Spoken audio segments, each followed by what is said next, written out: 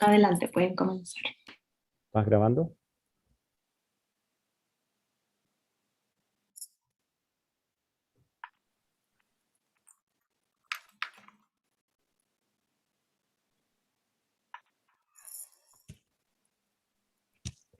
Okay.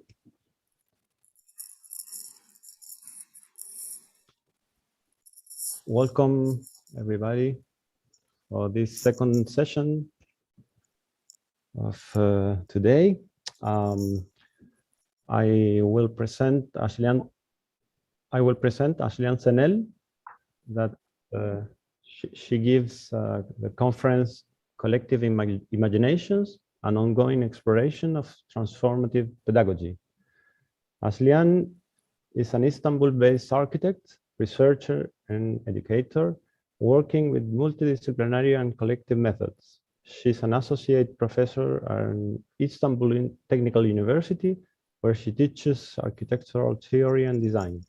She studied architecture at ITU and completed his PhD at the University College of London, where she also taught from 2004 to 2008. Her research focuses on feminist theories, critical mapping, representational theories, and practice and collective practice of making. Anzennel, I give you the floor. Thank you very much. Thank you very much. Thank you. And thank you for having me. It's an honor to be here. Let me share my presentation.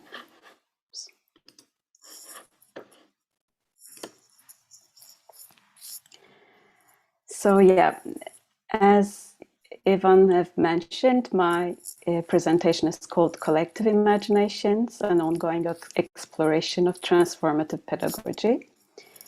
This is going to be starting from collective imaginations, which is my pedagogical exploration in the last few years. And then I here will reiterate a list of issues that I'd like to discuss. Collective improvisation, constructive irrationality, cherished insignificance, careful interaction, and it can go on. The reason to do this somewhat fun play of reiteration is an attempt to address the multiplicity of issues that are in question in design education, while I try to refrain from rationalizing and simplifying them too much.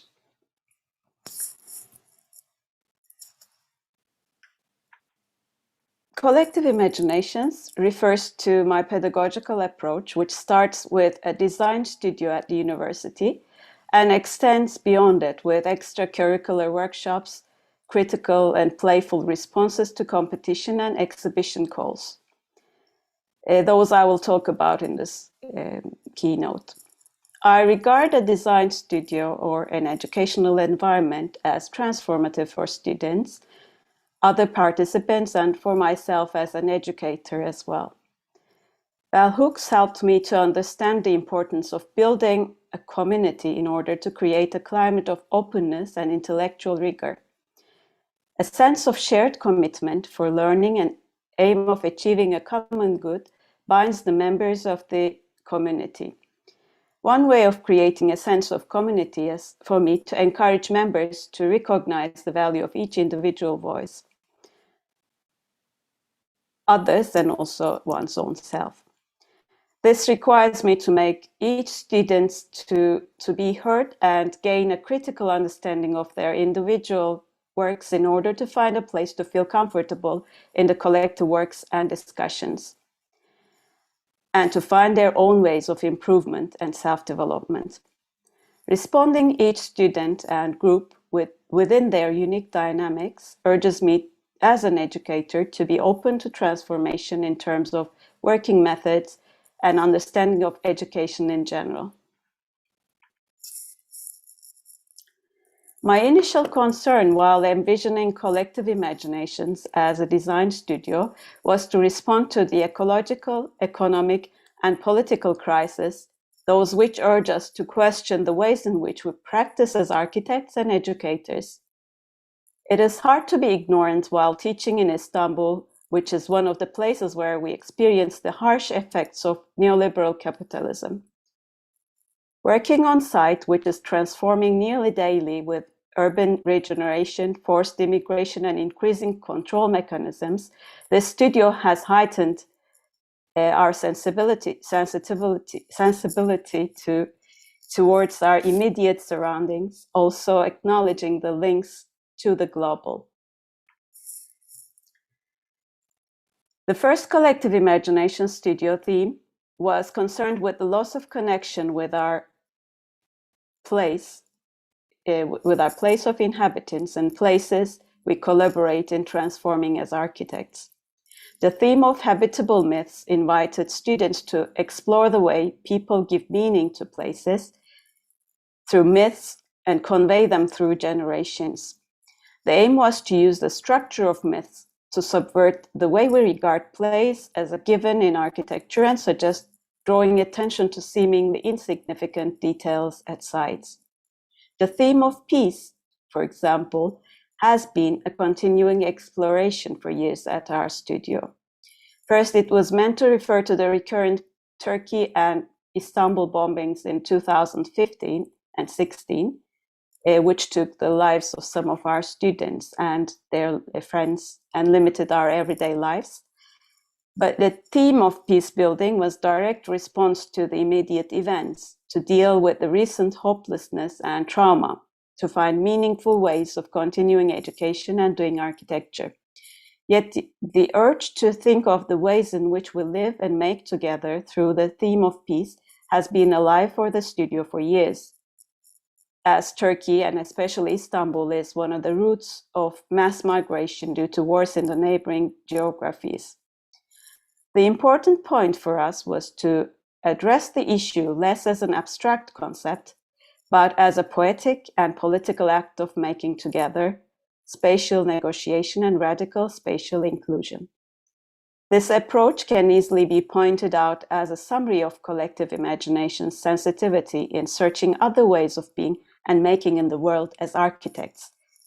For this, I propose also openly with the name of the studio, getting acquainted with the multiple knowledges and imaginations rather than the ones that are given to us, and further co-producing new knowledges and imaginations of the world rather than become passive consumers or unaware reproducers of the dominant ones. In order to collectively imagine certain ways of mapping, storytelling, and performing, those I will elaborate here, hold special places within the design practices in the collective imaginations approach. Now, I feel I have to explain what I understand of imagination before continuing. For a Renaissance thinker, imagining is a reflective practice, result of conveying perceptions from outside to the inside of the machine-like body. For the Enlightenment empiricist, it is an inward-looking activity pursued merely by the mind, while the body is passive. And it may even be a disruptive or deceiving activity for the revealing of truth by reason and philosophy, as depicted in the famous encyclopedia of Diderot and d'Alembert. For the Romanticist, however, imagining left to its own means, likely dreaming, is uncontrollable and even more dangerous. Yet, assisted by rational thinking, individual artists can have the freedom of a genius creator. These continue, of course, our occupation with imagination today. But imagination is often distinguished from dreams, myths, fables, and fairy tales, rituals, totemic practices. In the beginning of the 19th century, psychoanalysis had an emerging interest to those narratives in order to define a social kind of imagination. Influenced by the structuralist studies, they researched into those narratives and analyze and decipher the meanings and even demystify them. However, contemporary feminist philosophers and psychoanalysts criticized the rationalizing attitude towards those narratives, and use the strategies of those narratives to subvert and challenge the hegemony of knowledge in the society. Reading Hélène Cixous's interpretation of folk tales, for example, I learned that imagination in the form of dreams is a dynamic force in the society. The tale of king's daughters wearing out their shoes by running away at nights from under their bed, as Cixous argues, is a rebel act towards the expectancy of stability from the act of sleeping, dreaming, or women's bodies in general. Yet Cixous's rereading of the narrative suggests that dreaming and writing as seemingly passive activities are rather corporeal, which we experience with our bodies. As we also read in Carol's Alice in Wonderland, psychoanalysis shows us physical bodies and psyche have a reciprocal relationship between them. Elizabeth Gross extends this discussion to architecture by arguing that a body is not a mere container of mind, neither the body is contained in a space. I don't have a body, I am a body. I'm not in space, but I am a spatial body. Or to put it in another words, space is embodied. Gross reminds me that the ways in which a prosthetic limb or object like glasses become a part of a body image. In a similar way, space becomes a part of a body image too. I know, remember, and imagine space through my body. Collective imaginations suggests imagination as a collective embodied activity rather than an individual mental ability. I'd like to think it has the potential to blur the boundaries between the dichotomies of mind and body, inside and outside, rational thinking and irrational imagining.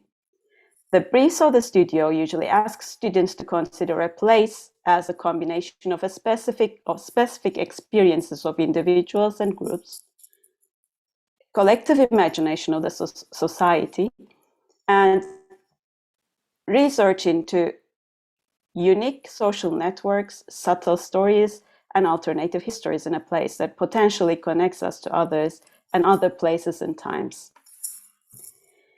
Some responses from students include observations, stories from site, material experiments in architectural models and drawings, and exchanges of ideas, productions between different students, those which are articulated in a dreamlike construction. The tactics of dreams allow them to bring together multiple ideas, multiple realities, and explore the interrelatedness of the real, remembered, and imagined.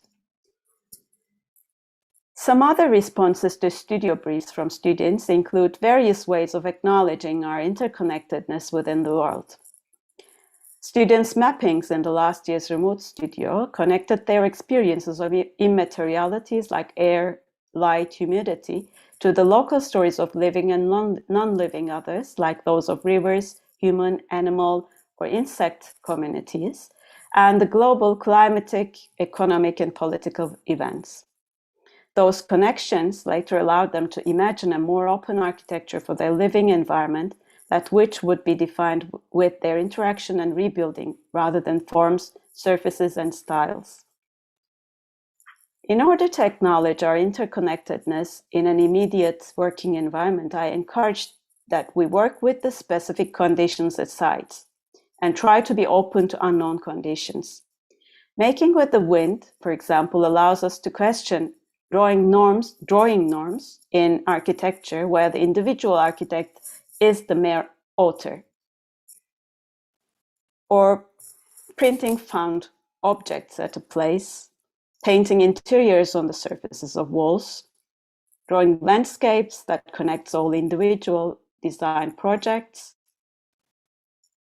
drawing as extension of bodies, all accumulate an embodied knowledge of both what we make, how and where we make it.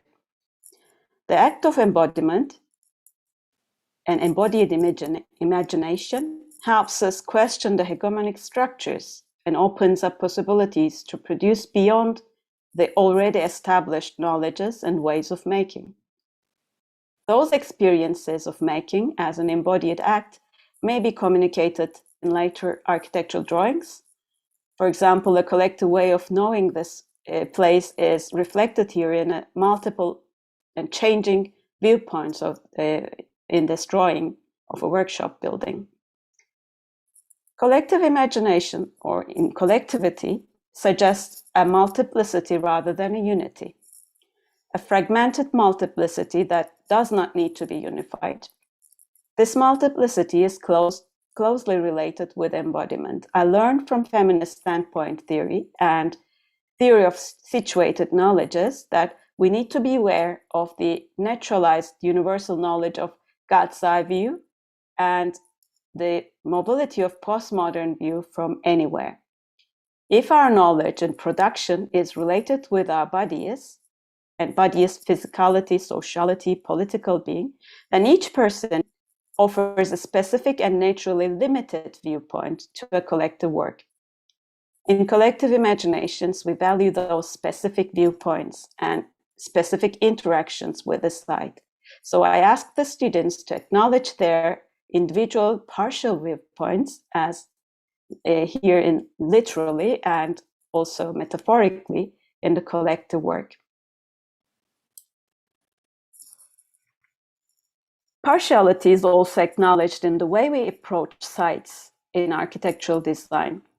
By proposing sites in forms of stories and riddles and providing routes and ambiguous maps, I ask students to question the ways we approach sites as architects. As a location on the surface of Earth without a larger context, or as a merely measurable piece of land separable from related material and social entities, or as a certain bounded volume of soil that can be displaced and replaced with arguably no conflicts. These attributes, boundary, location, and measurement, are directly related with ownership and control. On the contrary, I ask students to see and represent a site with its larger context, materiality, and social aspects as a dynamic becoming in relation to multiplicity of activities at that site, including architecture. This is one of the responses to those tasks that tries to start from multiple changing viewpoints and simultaneously design and map those dynamic characteristics of a place. Mapping and designing here are regarded as reciprocal activities with no a priori site. As you can see, this is a project of a non-toilet that builds and changes itself with the immaterial flows of the site at the site. Oops, went back, yeah. I also encourage starting a project many times from different sites as well. For example, the theme of Peacemaker started at least 4 times when the studio space was negotiated through minor manipulations. New words were proposed to be able to imagine new architectures. Objects and people were found that act as peacemakers, and embodied knowledge of peace was explored through improvised performances. To encourage multiple viewpoints and sense of community, we try to make the studio as a place for horizontal relationships rather than hierarchical ones. One of the ways in which we achieve this is holding no traditional juries. We experiment with different formats, such as picnics, market space, roundtable meetings, forums, confabulations. We invite architects as participants rather than experts and authorities. Apart from sharing ideas with architects, we aim to make the work approachable for non-architects by producing storybooks. Storytelling suggests specific ways of exploration and communication at different stages of design. I learned from Jane Randall's site writing. Spatial qualities of writing help us develop critical and creative ways of approaching sites. I ask students to write their story through a 3-dimensional model so that we would be able to wander within and occupy its space in a similar way as we would be doing in a space of a story. Readable site models map everyday stories related to sites, site-specific personal experiences, and fictional stories, exploring the spatiality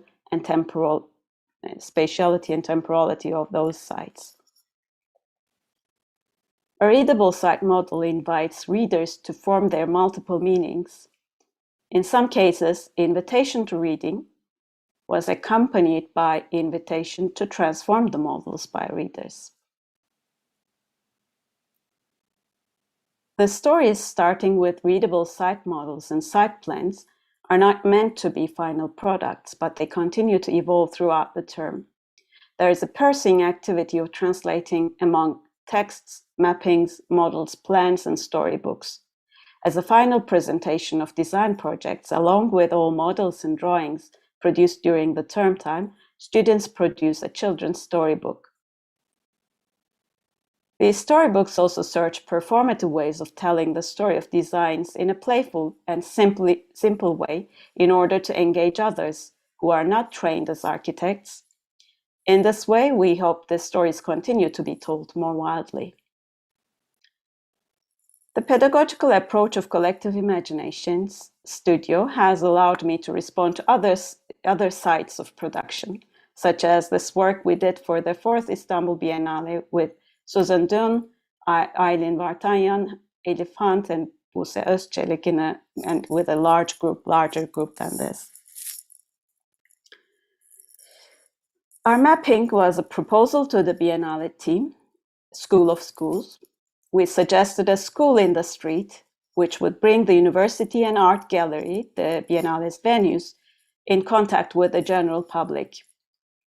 Our school claimed new ways of producing knowledge of place through playful, subjective, and collective forms of practice, including on-site drawing, taking photos and sending them through digital communication platforms simultaneously to ask others to respond with other photos from the site, and playing on the street to challenge the control enforced on our bodies in the public space, dancing and collectively mapping those social spatial practices, and storytelling through drawing and responding to other stories by drawing.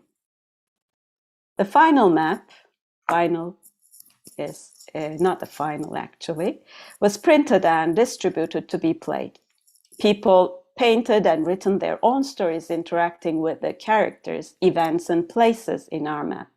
We saw that these played maps, which are from architecture students at the university here, picked up certain elements that trigger their memories of embodied experiences and produced imaginary other possibilities to draw the map.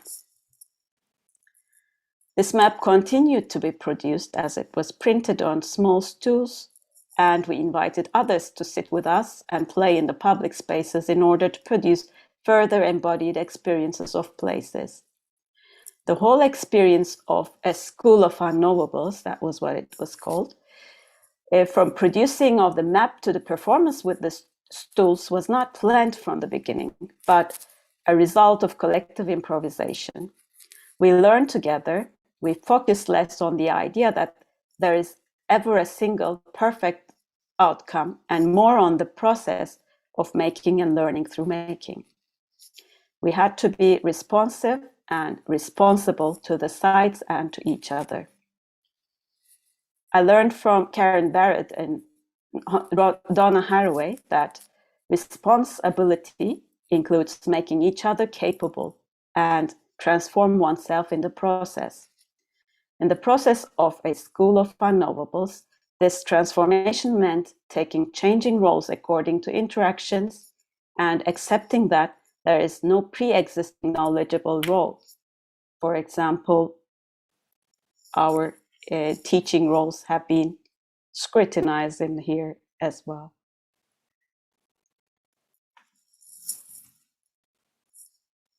Workshops are other places I continue with pedagogical explorations. And without the pressures of submissions and evaluations in an institutional environment. Spatial Myths workshop constructs new knowledges through irrationality as a tactic for subverting the hegemonic structures imposed in the society in forms of myths, fables, fairy tales, and rituals to claim multiple knowledges of place. Reading Lucy Irigaray and Sherry Aronson, I'm reminded that we have been discouraged to learn how to express multiplicity in our world of thoughts and emotions. Furthermore, we are not allowed to do so in the society or in an educational institution, as multiplicity has been associated with schizophrenia and hysteria and seen as an abnormality. Yet the conditions of a workshop allow us to put the societal rules on hold. In this workshop, we listened to stories and oral histories, and we made our own stories by collectively working in unexpected urban spaces. In both workshops, bodies become active performance, hybrids were formed among living and non-living beings, the boundaries between physicality of bodies and the imaginary were blurred. And lastly, I'll talk about a response to a national design competition for a psychiatric hospital. Our practice of design, which is situated in the university and molded with pedagogical experiences, differs from a professional design practice. In the collective imagination spirit, we proposed a process, a game instead of a finished design product. The process of design was a collaboration with students and colleagues. We held workshops of storytelling, model making, mapping, and drawing. This suggested multiplying ideas rather than eliminating. Those multiple possibilities were turned into a board game with seemingly insignificant details, those which are gathered from dialogues we had in hospital visits. Traditionally, the design of a psychiatric hospital, similar but even more harshly, requires imposing boundaries between those who are normal and those who are mentally unstable. It was brought into our attention, for example, that every activity of the patients are controlled, but spaces like smoke room or gardens sometimes work as to gain some independency for the patients. So the game requested attention to those control mechanisms in a playful manner. The game was meant for all related parties in a hospital, such as patients, doctors, architects, and administrators. It was more a start for a discussion on boundaries, materials, spaces, and relationships to site dynamics. Expectedly, the proposal was found unbuildable and won an honorable mention. As a conclusion, I can draw attention to the ways in which this specific pedagogical approach offers a community of sharing and caring. Former students continuously contribute to the studio, workshops, and other practices. We come together every now and then and play this game of what is a studio and continue the interaction perhaps, transforming each other in this process. We still couldn't find the answer to this question, but maybe it's just important to keep asking and seek together. And that's it. Thank you.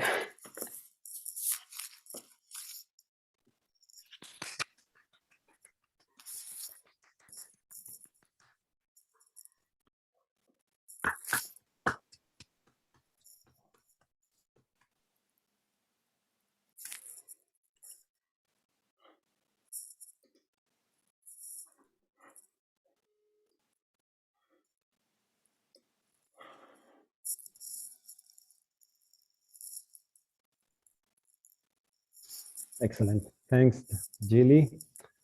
Aslian. Sorry, Aslian. Yes.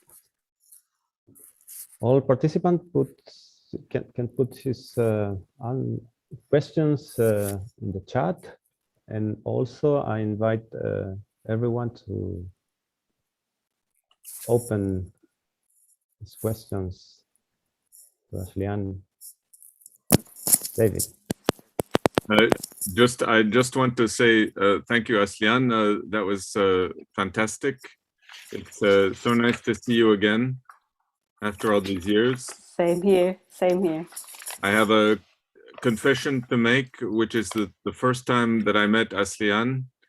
I didn't know that she was a woman, and I went to meet her at the station at Louvain-la-Neuve, and I was looking for a man, and then I found a woman, and I was surprised, and I think she was surprised too, but she gave a very nice presentation about mapping. So anyway, just a confession about stereotypes about things. You don't always know whose name corresponds to what. But first remark is that I love the stools. I see big butts on small stools. I think that's cool. Huh? Yeah, that was actually Susan's idea to find that opportunity to draw attention to the stools that are already in the urban space in Istanbul. She showed us that our idea. Yes, of course, that's our idea, but you drew attention. Yeah. Yeah. Oh, but I think it works actually. Yeah. You don't need Yeah, that it much does. space to sit. So Yeah. so that's good. The other thing that I think was really interesting about your presentation was this idea of the sleep of reason.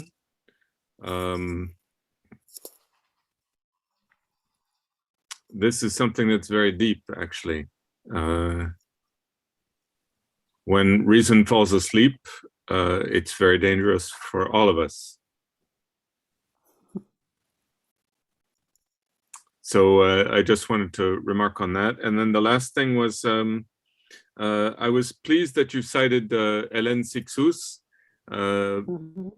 because I had the pleasure in the 1980s, in the late 1980s, to attend her thing about the, I don't remember what it's called. She did a play about Norodom Sihanouk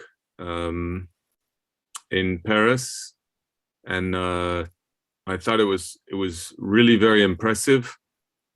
She's somebody who has always impressed me, and so I'm glad that you cite her. But I have a question for you as well. I wanted to know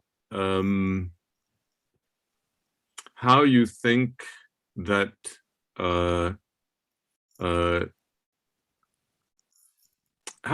students and professors can work together in architecture schools to make things better.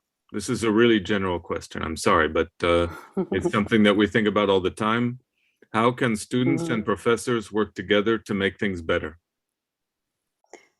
Yeah, it's a huge question, but still it has this continuing place in our heads because, well, first of all, to produce an environment in the university in the beginning is already making things better. This is the start of the hopeful imagination, perhaps. We start with our own environment, own ways of working, and try to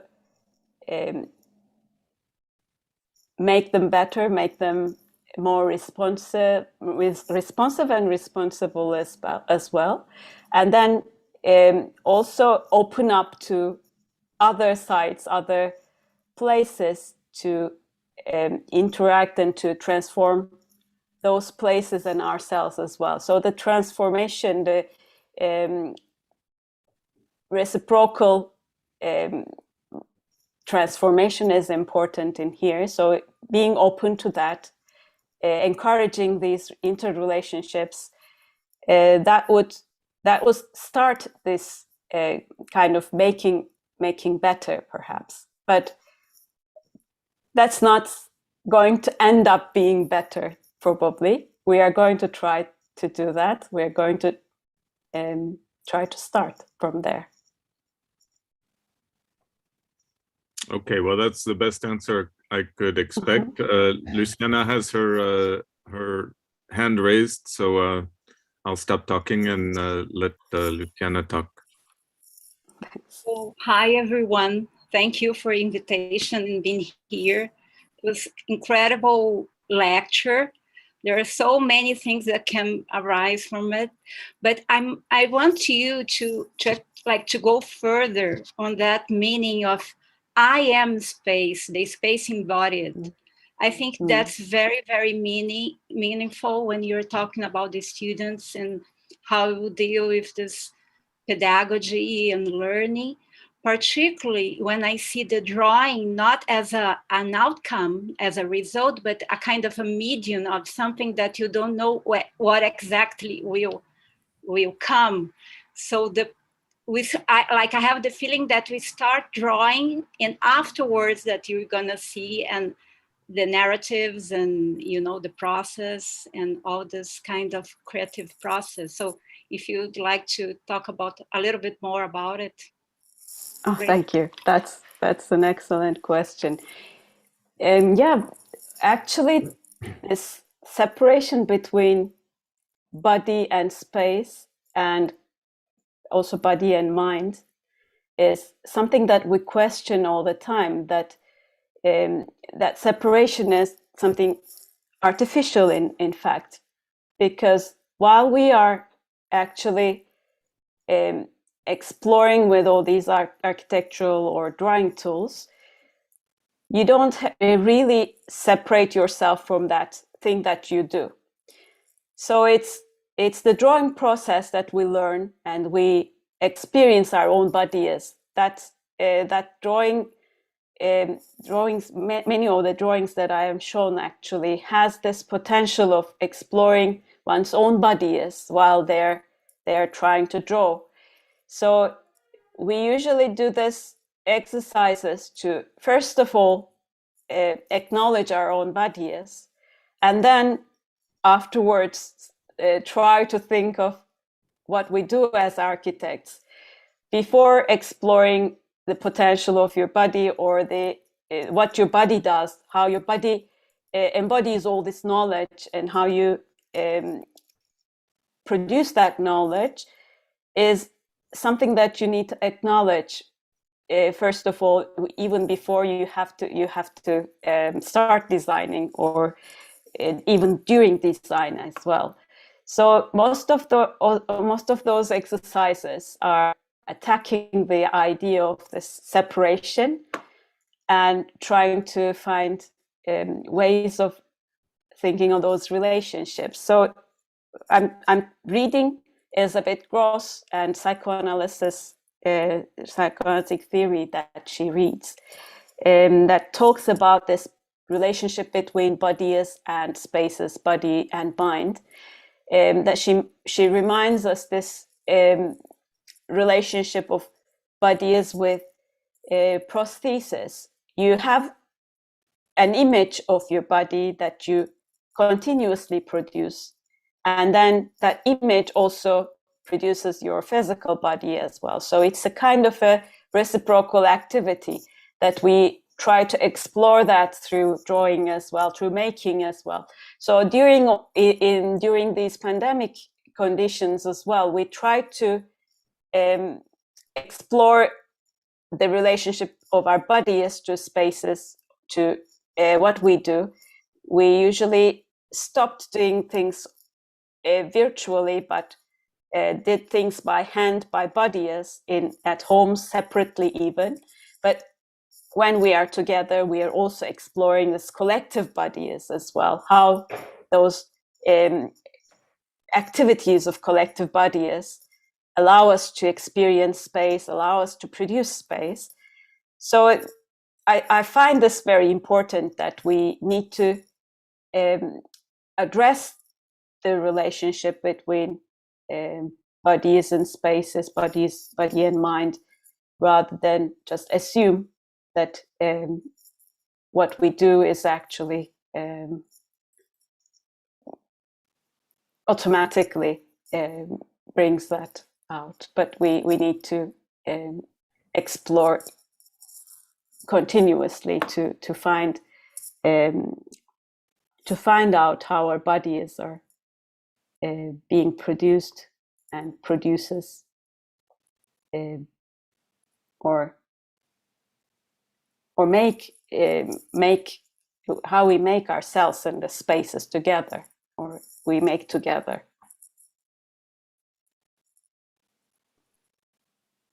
I don't know if that was a response, a good response, but Oh, great.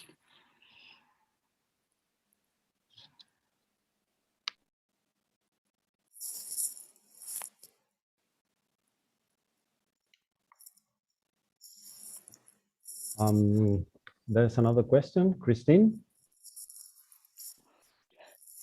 Yes, just first I wanted to say hi to Aslihan and congratulations again for this amazing pedagogy. I had the chance to work with Aslihan a few years ago now, back in when we used to work in Istanbul. I was already a fan of your pedagogy, and I can see now that the pedagogy has is even more stronger now and even more developed in an amazing way. So congratulations for this.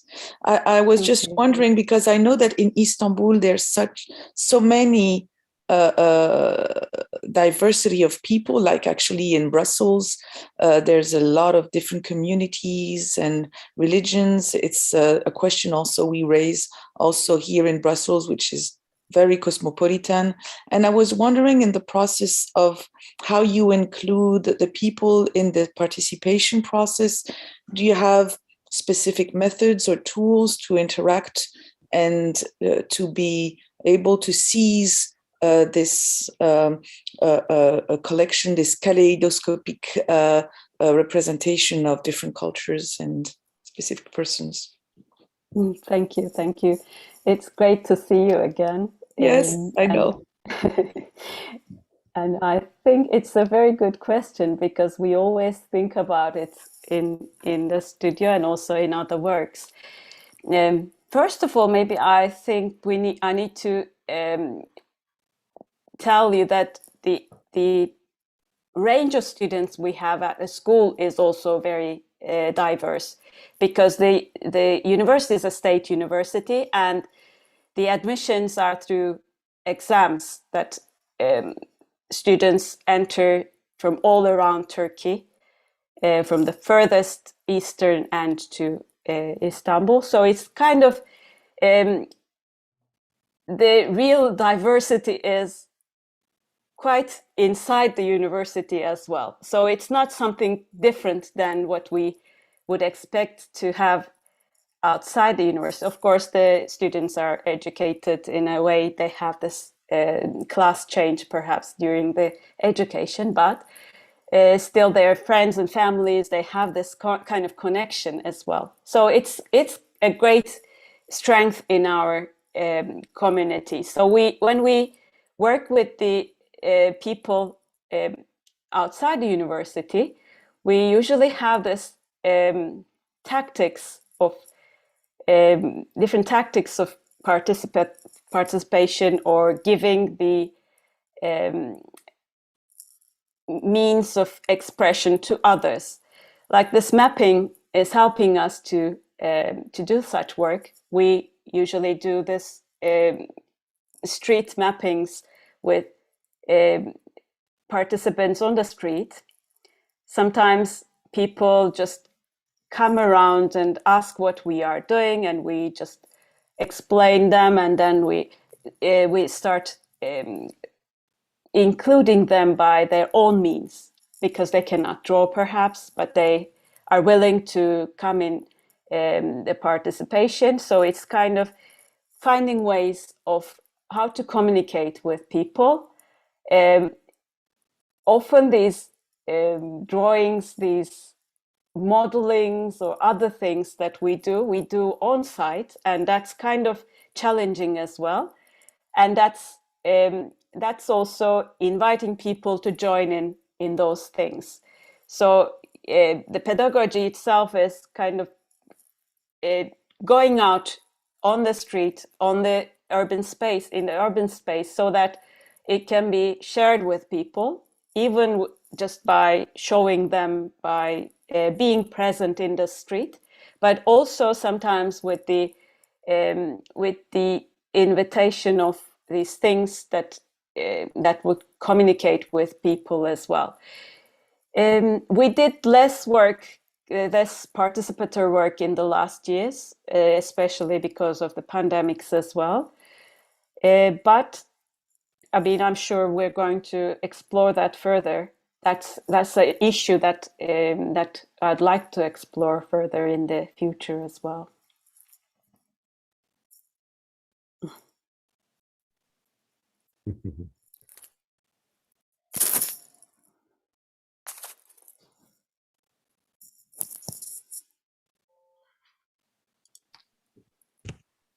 I have a question, Aslian, and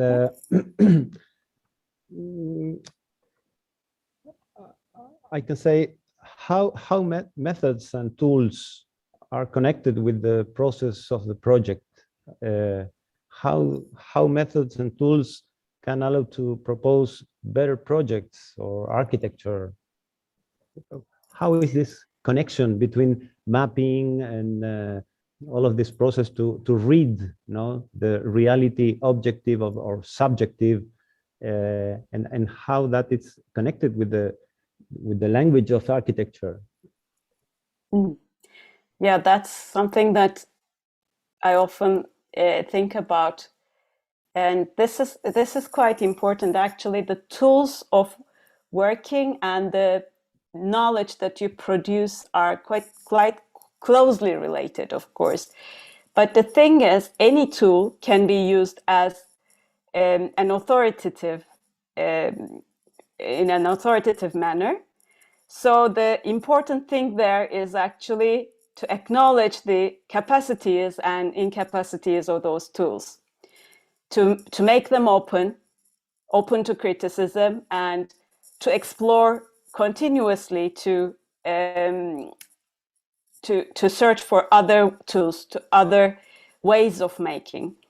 So especially in mapping, that I have been working for a long time, mapping has been, maps have been related with control and authority, but mapping sometimes allow us to show that there is the subjective view, that's that ideological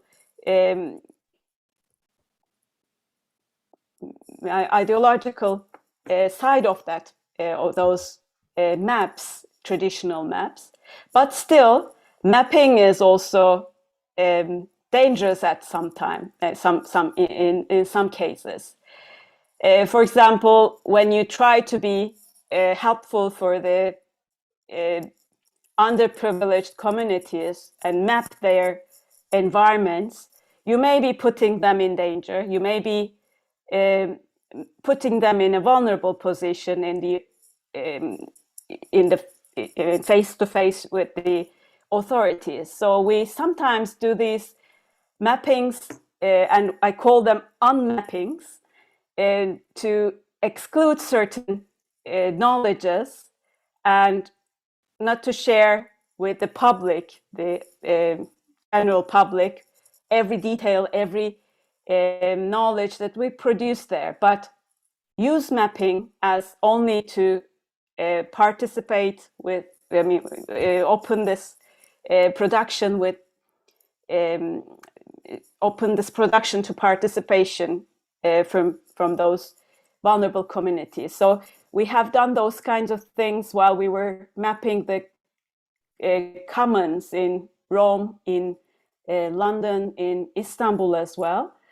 And those were critical moments that we thought of unpublishing or just disclosing some of the information, and not disclosing some of the information or knowledge that we produce. So it's a continuous search, actually. That tool brings its own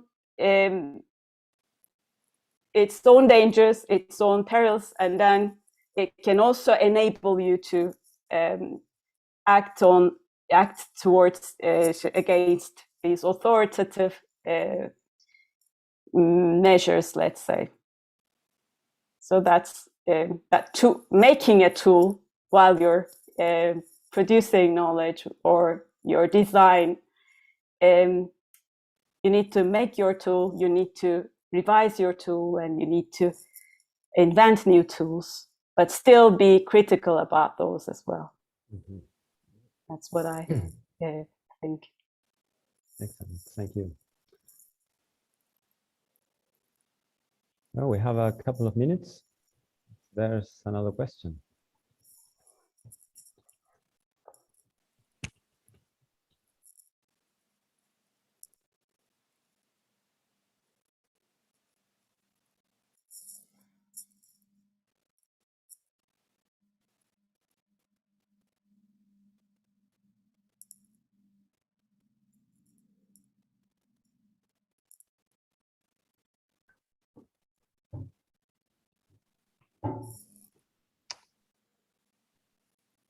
Christine? There's Just time because, for one more question. Yeah. No, because no one is raising the hand.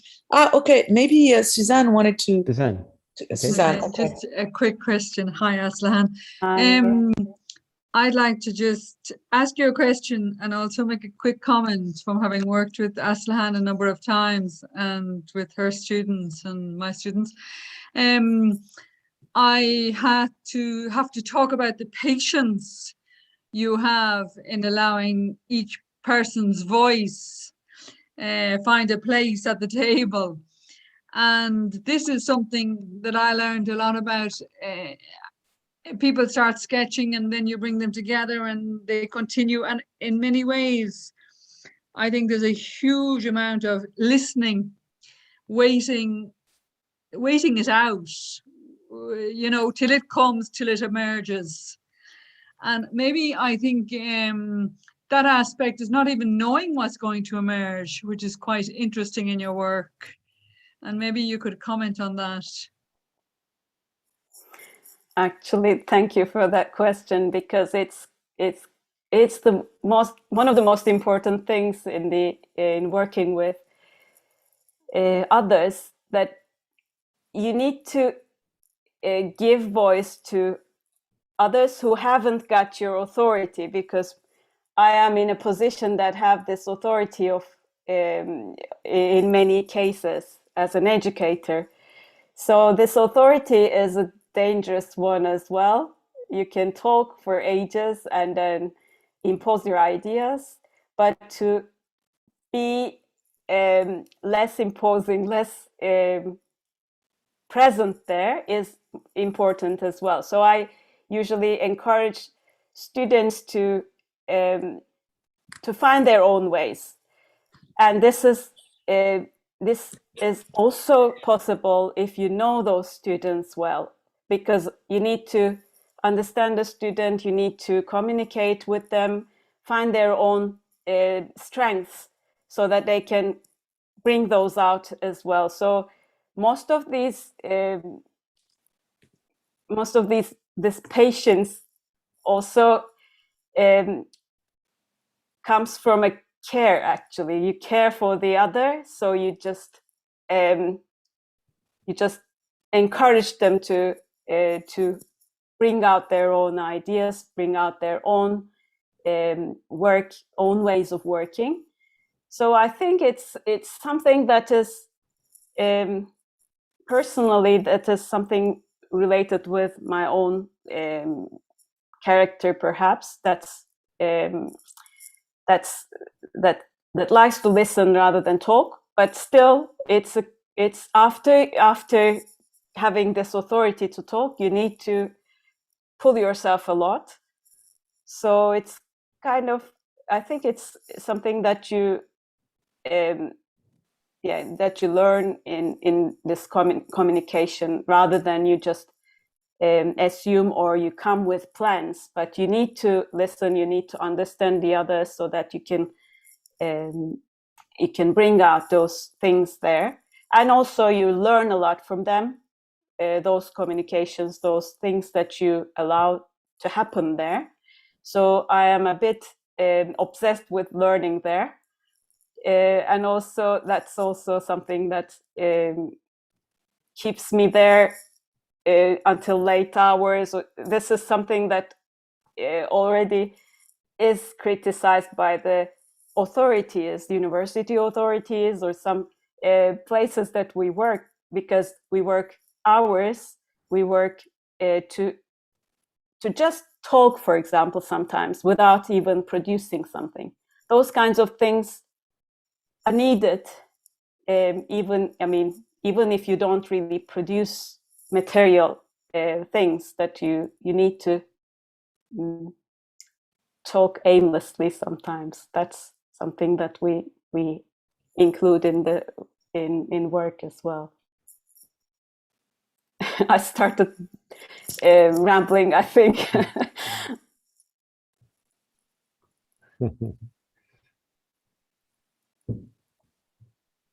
Well, thank you very much, Julian, for your conference and beautiful dialogue. Thank you very much. I will present our next step.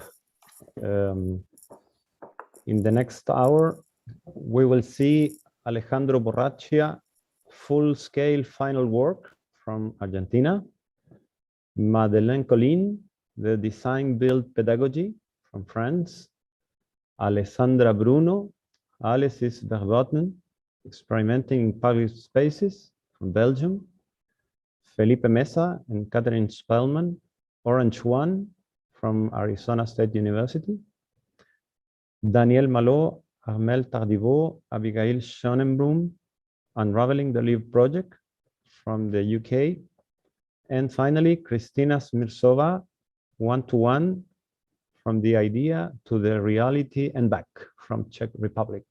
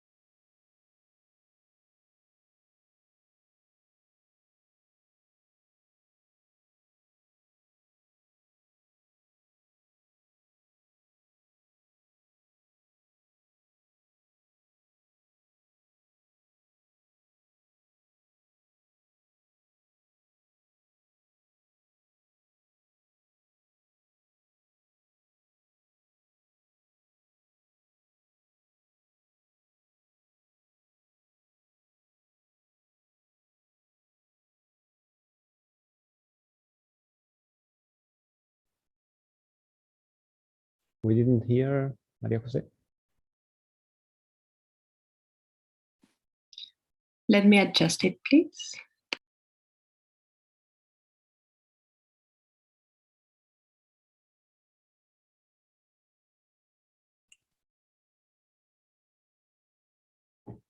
We hear Ivan, but we don't hear the presentation.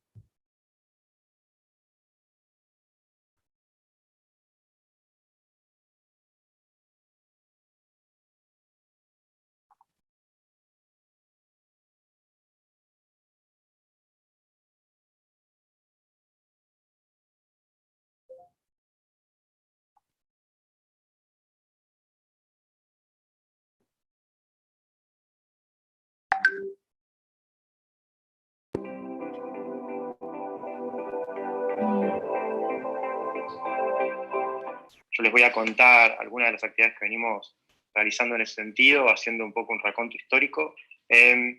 Nosotros entendemos al taller como un laboratorio, siempre lo hemos hecho así, desde no solo la dirección de la facultad y algunas políticas que ahora son ya incluso de la universidad, que tienen que ver con extensión y con investigación, sino desde la conducción de cada uno de los talleres en los que yo pude participar y tal vez han sido como los disparadores de algunas de estas prácticas que después se hicieron comunes a toda la facultad.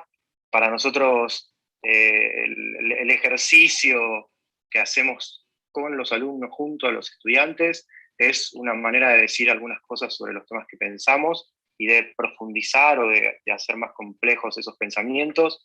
Venimos hace varios años sosteniendo que este cambio de paradigma del homocentrismo al ecocentrismo nos obliga a los arquitectos a tener cierta visión holística sobre todo lo que hacemos, y eso nos pone frente a un desafío en el que la arquitectura deja de ser importante o deja de ser valorada en términos disciplinares y autorreferenciales, sino que lo que empieza a importar es toda aquella serie de conexiones que la arquitectura empieza como a generar con otras cosas. Bueno, yo puedo poner la palabra arquitectura, pero puedo poner muchas otras palabras ahí, o sea, el diseño, cualquier hecho físico, ¿no? Y que ese campo de acción, que son como estas instancias fronterizas, en realidad va a ser de aquí a futuro un poco el desafío de cómo validamos la arquitectura que hacemos y también cómo enseñamos eso que hoy no existe, o ese lugar intersticial que en realidad, digamos, se diseña desde muchos otros campos, desde la gestión, desde el trabajo colectivo, multidisciplinar, bueno, y todo lo que obviamente todos conocemos. En el 2010 empezamos a realizar algunos de estos trabajos en el taller, imaginando que lo importante no era el proyecto individual, sino que lo importante y lo que teníamos que enseñar, o lo que teníamos que tratar de transmitir, es que lo importante era la red de conexiones que ese proyecto generaba con todo lo que lo rodeaba. Entonces así empezamos a conducir, a producir una serie de ejercicios que tenían, y obviamente, cierta identidad de producción en cada equipo de trabajo, pero que después eran exitosos en la medida en la que pudiesen relacionarse con los otros elementos producidos por los otros equipos de trabajo. Entonces, el taller era todo el tiempo una instancia de verificación, de ida y vuelta, en principio del proyecto a la realización, que es esto que es tan importante, ¿no? Entender el proceso completo de un arquitecto o de cualquier diseñador, y al mismo tiempo de cómo eso que habíamos generado se relacionaba con todo lo que tenía a su alrededor. Bueno, en este caso, los proyectos de sus propios compañeros. Entonces las entregas tenían como este motor de contar, digamos, la propia búsqueda de cada equipo, pero al mismo tiempo de reflexionar sobre cómo estas búsquedas ensimismadas, ¿no? Solapadas y puestas todas en serie, podían generar algo mucho más potente. Nosotros lo llamábamos en ese momento como ejercicios bandera, eran un poco tratar de contar ciertos mecanismos de pensamiento en prácticas muy concretas y sobre todo en años iniciales. Bueno, hemos hecho casi, no sé, 15 o 20 de estos ejercicios, algunos de más envergadura, otros de menos, algunos fueron donados a pequeñas comunidades y prestan algún servicio social. Después empezamos a investigar sobre algún tipo de construcción alternativa a la vivienda social en el país, cómo podíamos provocar con el trabajo de pequeños talleres casi artesanales la materia prima para grandes obras de vivienda social, y empezamos a probar esto junto con los estudiantes, a mejorar estos proyectos que salían un poco del laboratorio y se trasladaban a la obra, que en este caso era el patio de la facultad, y en ese primer hecho construido hicimos una casa o una vivienda para 2 personas, que era la primera prueba de este sistema constructivo, que después salió a mostrarse por todos lados, incluso en la Bienal de Arquitectura, y que ya no solo hablaba de esta relación entre las piezas construidas, sino que involucraba la gestión, a cómo se provocaban cambios en la política de un país cuando la materia prima, cuando nosotros podíamos habilitar el uso de una materia prima diferente y tratar como con eso de consolidar economías que no estaban consolidadas en ese sentido. Después esto se escaló y empezamos a tener relación con empresas privadas del sector de la construcción. Ellos nos daban sus materiales y nosotros poníamos sus materiales al servicio de estas investigaciones. Ahí empezó otro motor de gestión, que era que podíamos, desde una facultad de arquitectura, con los presupuestos escasos que tenemos todas las escuelas de arquitectura en Argentina y en toda Latinoamérica, producir hechos construidos reales de mayor envergadura con el apoyo de empresas privadas. Obviamente involucraban, además de estas empresas, involucraban a gente, a pensadores, a distintos profesionales. En este caso había agrónomos, biólogos, con los que íbamos ensayando distintas puestas en marcha de sistemas que no solo involucraban la arquitectura, sino a los miles y millones de organismos que rodean a la arquitectura. Todo eso fue la antesala a que en el 2016 ya la universidad y específicamente la facultad adoptara este tipo de prácticas como una política que se repite, con un programa sistematizado que se llama Programa Académico de Asistencia Federal, bueno, que fue declarado de interés de la Cámara de Diputados de la Nación el año pasado, y que es una de las modalidades de tesis de la Facultad de Arquitectura y que también involucra a otras facultades, económicas, derecho, agronomía, bueno, distintas facultades en algunas de estas experiencias en escala real. Paso un video muy cortito que ilustra, bueno, no sé si van a escuchar el sonido, igual música nada más, ilustra un poco cómo este programa impacta en la facultad completa y también en la universidad.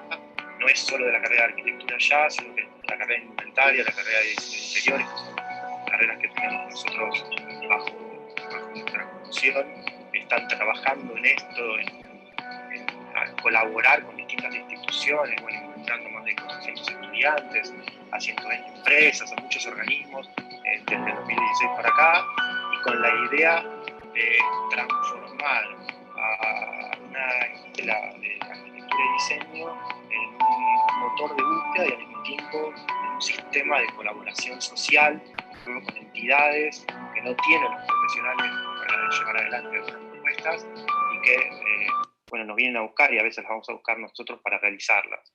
Así hicimos ya 35 obras finalizadas, entregadas, donadas a diferentes comunidades, con distintos motores de búsqueda, algunas que entablan diálogos con paisajes muy atípicos para los que vivimos en Buenos Aires y que se topan con instituciones que tienen como un trasfondo cultural muy, muy fuerte, otras que hablan de sistemas de detalles con industrias, con productos de desecho de la industria.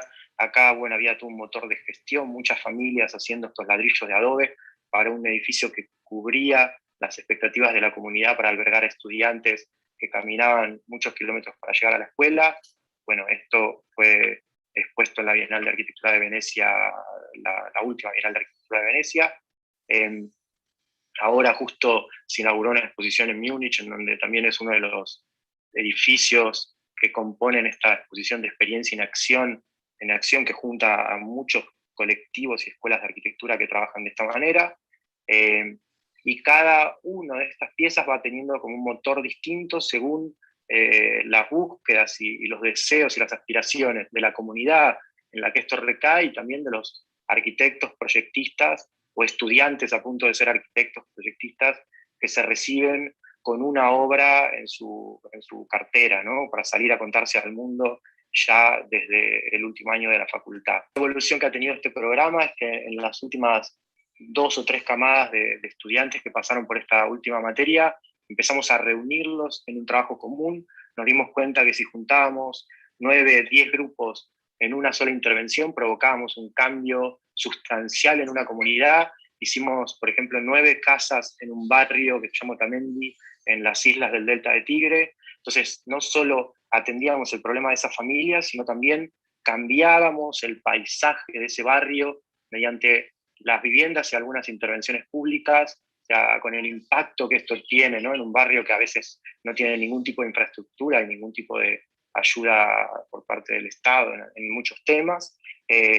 Y ese es el motor que hoy estamos como buscando, o sea, tratar de juntar a varios grupos en un proyecto común que cambia la realidad de una comunidad entera.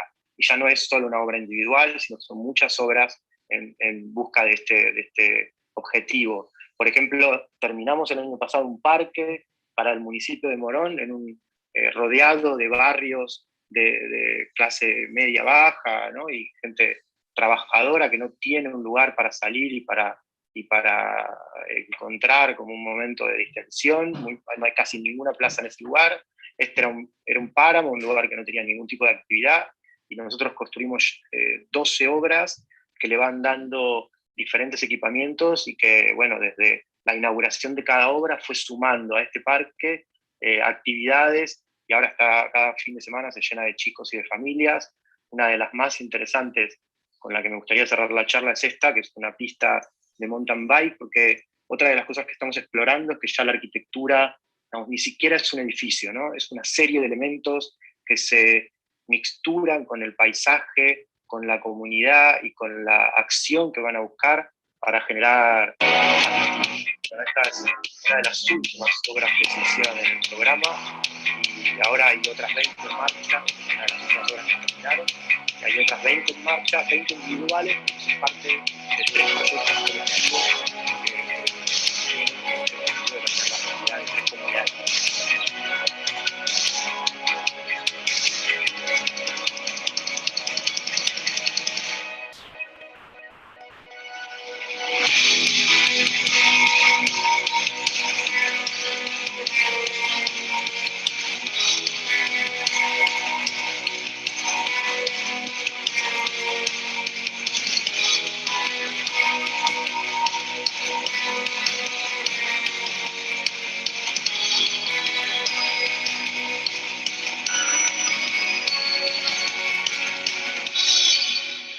Bueno, ahí les dejo la página para que puedan ver con más detalle todos estos proyectos.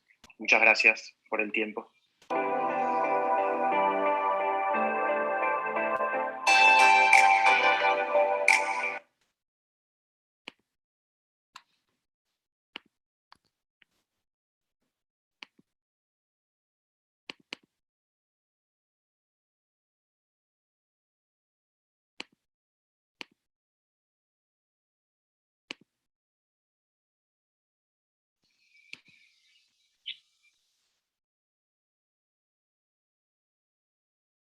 Bonjour à toutes et à tous, je suis Colline Madeleine, doctorante à l'IP. Porte sur l'enseignement design build, une approche de la pédagogie en construire, build, un projet par eux. Les bâtiments imaginés dans ces studios de projet ne sont plus et utilisés, souvent avec une forte dimension sociale. Aujourd'hui, largement répandu dans le monde, surtout aux États-Unis, l'enseignement design build apparaît depuis quelques années dans les écoles d'architecture françaises, qui semblent offrir aujourd'hui un cadre plus propice que par le passé à son développement. Parmi les exemples les plus significatifs, on trouve notamment des studios de master réalisant des prototypes ou de petits bâtiments, notamment dans les écoles de Grenoble et de Lyon. Des prototypes d'habitation construits dans plusieurs écoles d'architecture à l'occasion du Solar Decathlon depuis 2010. Et la réalisation d'expérimentations aux grands ateliers de l'île d'Abo et bientôt au futur Cap parisien.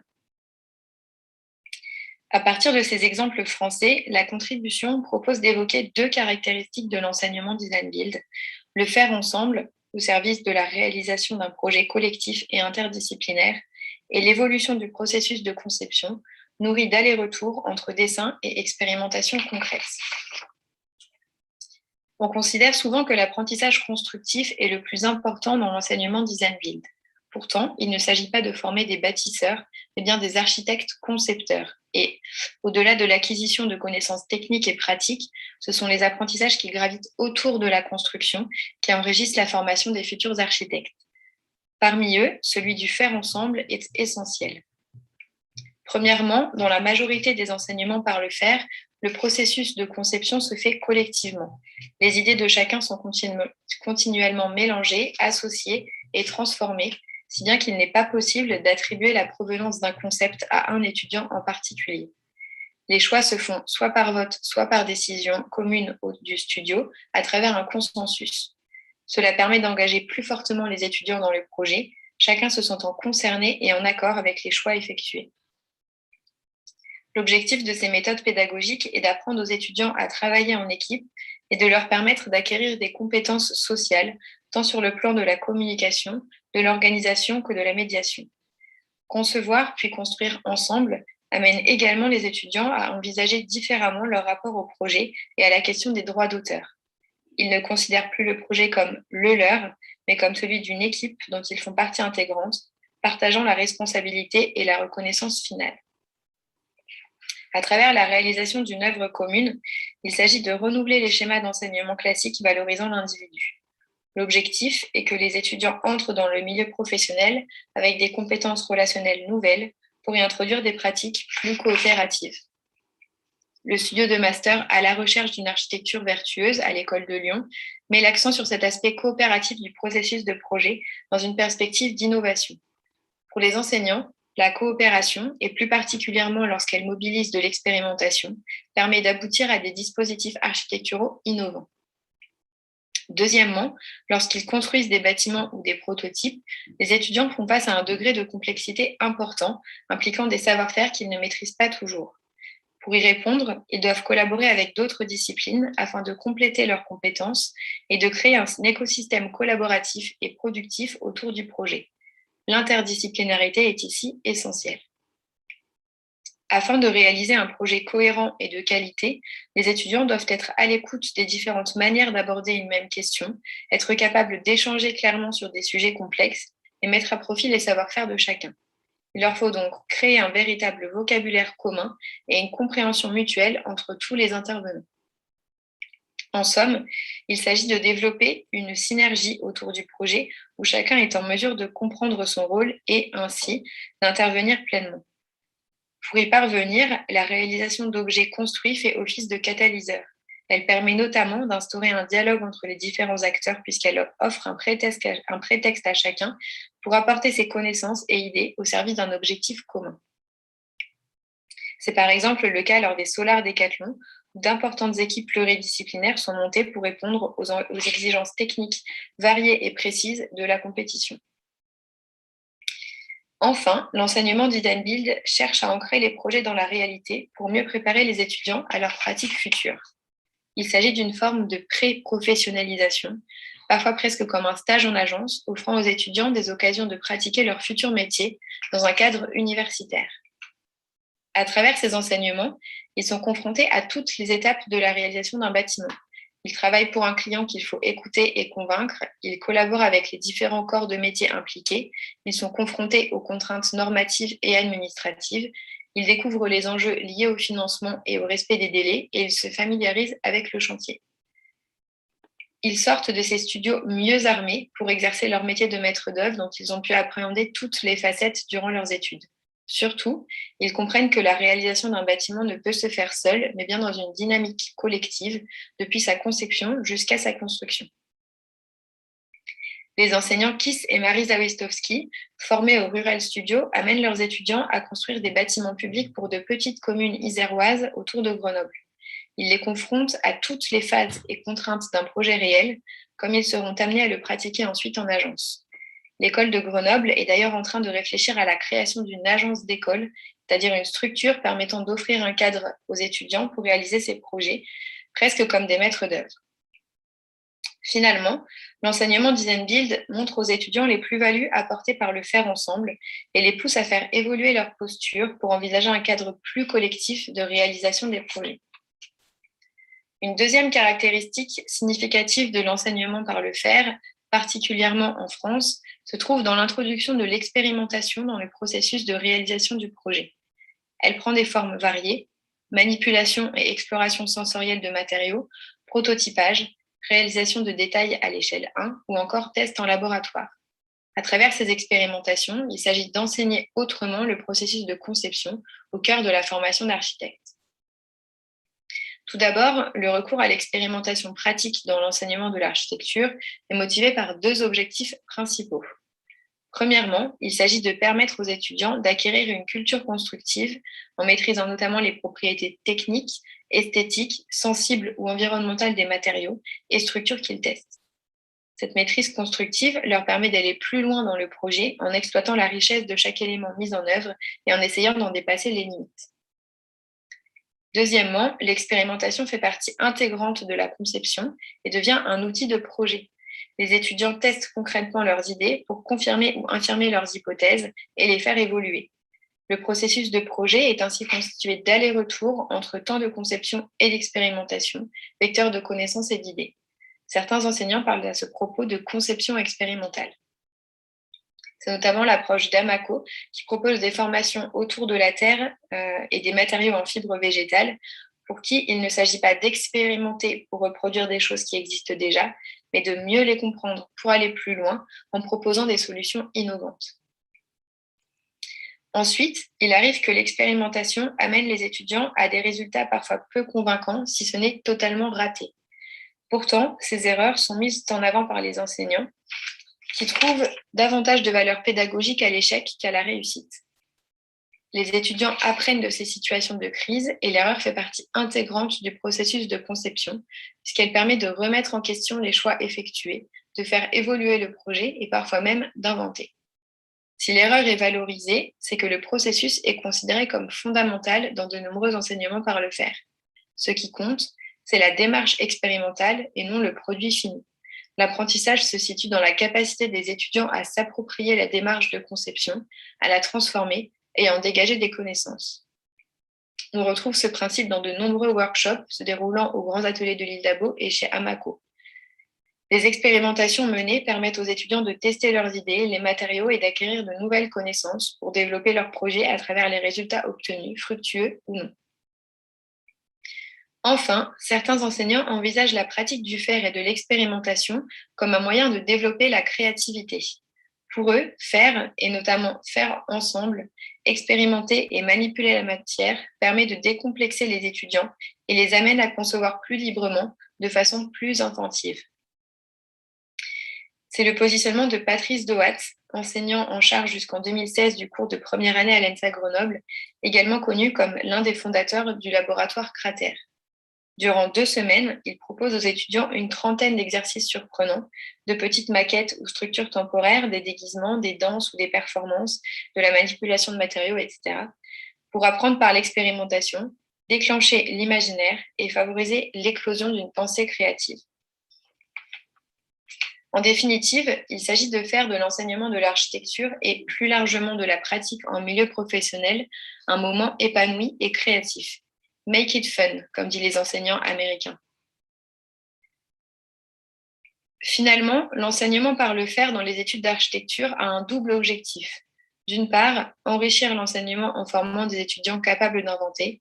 D'autre part, faire évoluer le mode d'exercice du métier en proposant une sorte de déformatage des pratiques. L'enseignement design build, dans sa forme américaine comme française, propose un renouvellement des manières de faire, à la fois au sein des écoles d'architecture et du monde professionnel. Ces principes pédagogiques, le faire ensemble et l'expérimentation, mais aussi la transmission d'une forme d'engagement social, politique ou environnemental et d'un certain écart vis-à-vis des règles fixées, permettent de former des étudiants davantage sensibles aux enjeux actuels et capables de s'adapter pour y répondre. Il semble que les valeurs portées par l'enseignement design build soient au cœur des débats qui animent aujourd'hui le monde de l'architecture, universitaire comme professionnel, français comme étranger. Et si les design build studios commencent à trouver leur place aujourd'hui dans les écoles françaises, c'est peut-être parce qu'ils offrent la possibilité, par la remise en question des principes établis, de positionner ces sujets au centre de l'enseignement de l'architecture et de les faire évoluer. Merci beaucoup pour votre attention.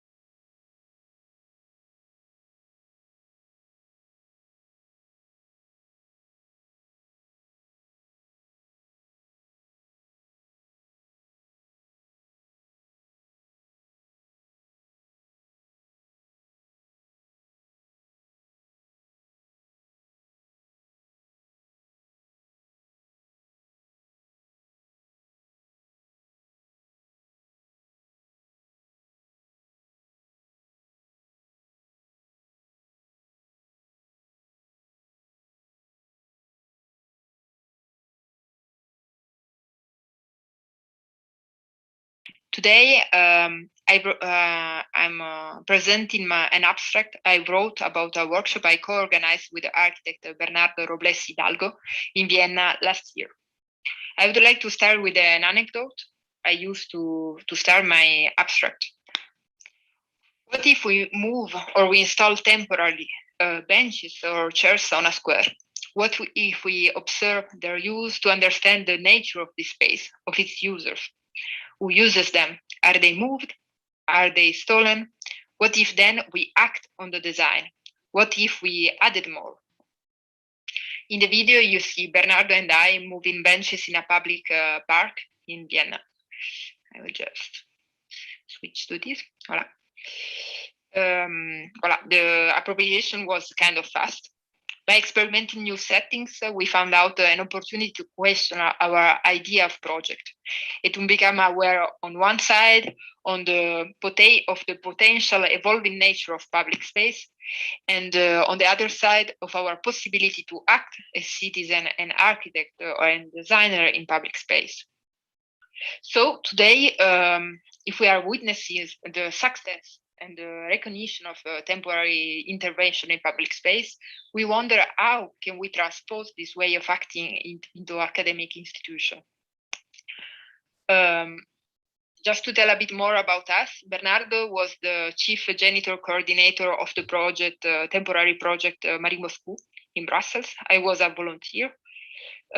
This project took place in Marie Janson Square during 5 years of work with the NGO Tustan.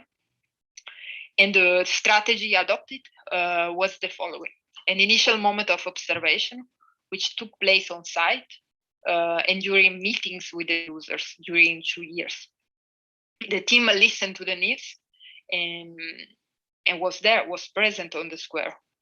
Following the observation, activities or intervention were planned and carried out based on these encounters, and these were tested with the aim of meeting the needs of the users. They were no synonym of success. Experimentation allows to make mistakes and to identify the most appropriate activities and uses for the space you're working on. At the end of each activity and intervention, there was a moment of analysis in order to reflect on the results and on the potential modification, replication, or continuation of the intervention. Here you can see some photos of what we did on the square of the people who were involved. But voilà, in 2021 in Vienna, we wonder how to transpose this kind of acting, this learning into a pedagogical situation. And the first step is the preparation.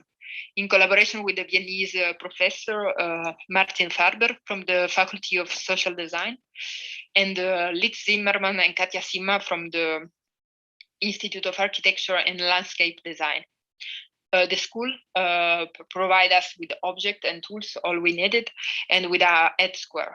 The chosen area was the market, the district around the market of Florisdorf. The first day of the workshop starts with a public lecture we gave about Marie Moscou, and more generally about the strategy and approach to design the public space. The second step, the second day, was observation. Students explore the area, collect traces, note their sensation, and immerse themselves in the spirit of the place, going beyond the simple spatial analysis.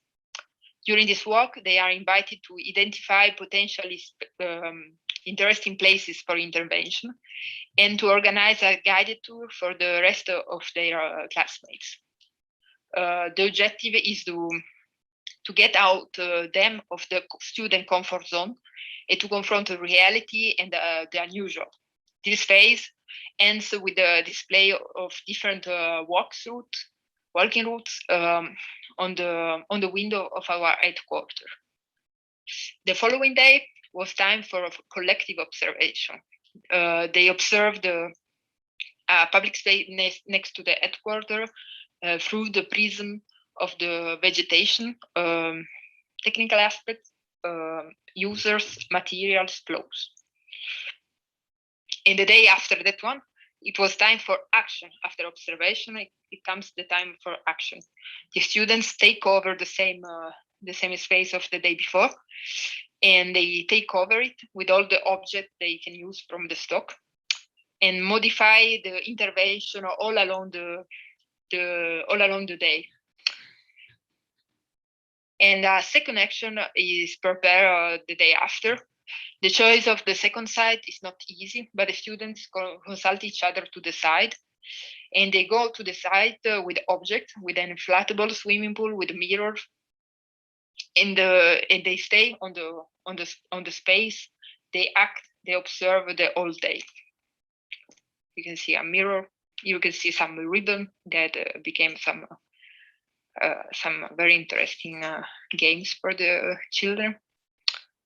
And at the end of the action, how to evaluate this kind of experimentation. After a moment of consultation, the collective decision was to make a publication with all the memories and all the traces.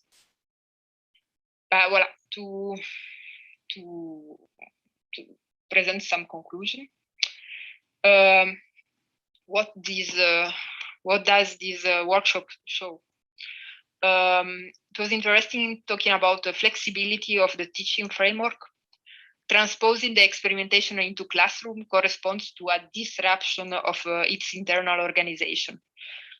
The indeterminacy of the workshop, as well as the lack of knowledge of the local teacher, challenged the students, but also allowed them to participate in imagining new pedagogical scenario. They took initiative. They participate in decision-making, in the organization of the day. Similarly, the organization of a guided tour were an opportunity for students to discuss in first person of the observation they made, while promoting a construction of a collective students' knowledge. At the same time, the organization of social event, informal event were super. They played a key role. Picnics, communal meals, informal moments of conviviality were fundamental to allow students to step out of the academic comfort and go beyond the class hierarchies. And this was the same for the teacher. Talking about the conclusion about this workshop allowed to open up the project in terms of space. The activity took place outside the walls of the faculty and makes it possible to explore other places. The students develop a different and more personal vision of a space. In terms of means and tools, in addition to pens, computer, and pencil, a stock of objects was created for the occasion, and the students used them to question the use of space to provoke reaction. In terms of teaching methods, the use of exploration, walks, discussion, debate, the encounter with the user allows us to touch on other pedagogical registers, which are often absent in academic institutions. And this allows, also to integrate new temporalities. The one of the design project, the one of the space, the one of the users, the one of participants. Following the observation, the participants become more and more familiar with the urban rhythm, with the rhythm of the site. And the project is no longer limited to the temporality of the design exercise. And in the end, if urban space is constantly becoming more and more complex, this kind of activity proposes new way of conceiving and co-conceiving and acting through the awareness of the evolutivity of the space. As in the case of Marie Moscou, the integration of this type of pedagogical activity aimed to persist in an awareness of social issues and professional issues in School of Design, Architecture, and Urban Planning. Here, the teaching of design could therefore evolve in favor of knowledge anchored in the reality of its users. However, such integration is not possible without adapting and modifying the more traditional way of teaching, limited to the design and usually to the visualization of future scenarios. Experimentation through intervention requires the integration of elements from the daily context, not only from the architectural or design context, in order to be an effective and coherent teaching device. Only like this type of activity allows students to enrich their designer tools as well their sensibility to the urban space. Thanks for listening.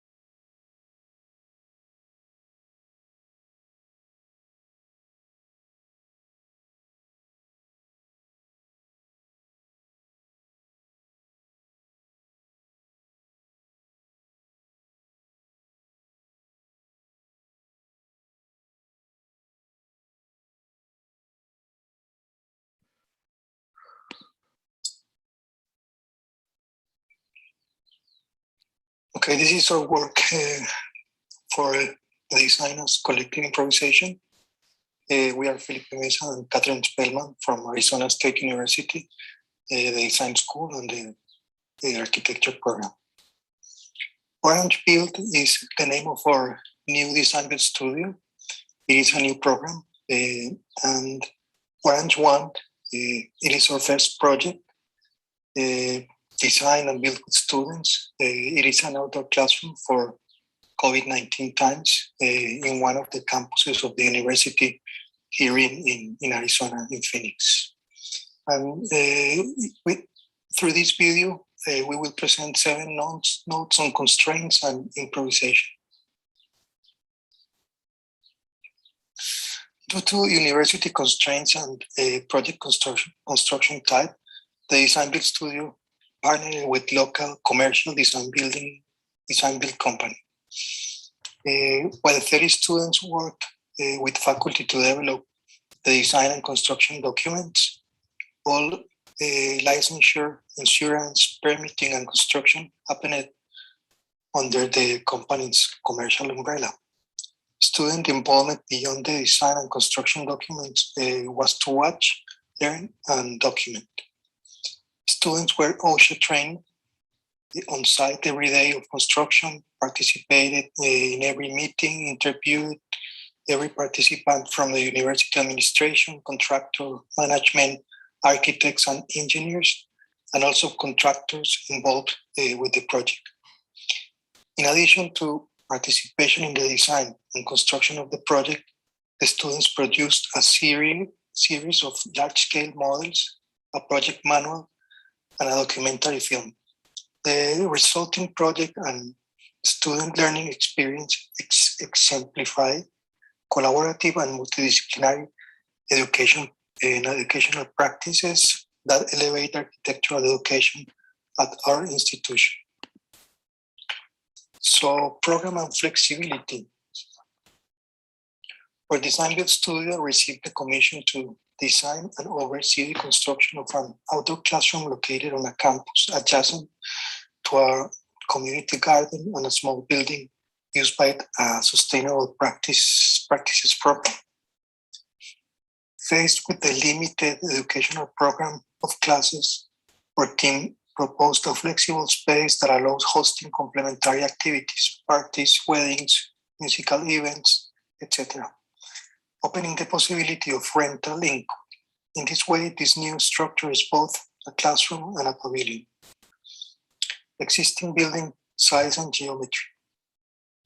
University representatives expressed the need for a new square plan building with an area of approximately 1,300 square feet and a steel structure. Faced with these constraints, we proposed the new project will expand the existing building and use its width to determine the width of the new project. We proposed a 12 by 12 feet structure grid, defining a 36 by 36 feet structure with 9 squares modules of 144 feet each. Materials and welds. We had the intention of constructing a light wooden structure. University representatives ruled out the possibility due to their previous experience carrying out the daily maintenance of similar facilities on campus. They proposed a steel frame building resistant to extreme climate and low maintenance. Our team worked with the structural engineer to define the steel profiles for our structural models, seeking regularity. Although we contemplated the possibility of bolting together the entire structure, the engineers decided that a welded construction was preferable to avoid vulnerable joints. Fans and roof shape. The client required large format fans to assist in cooling the space.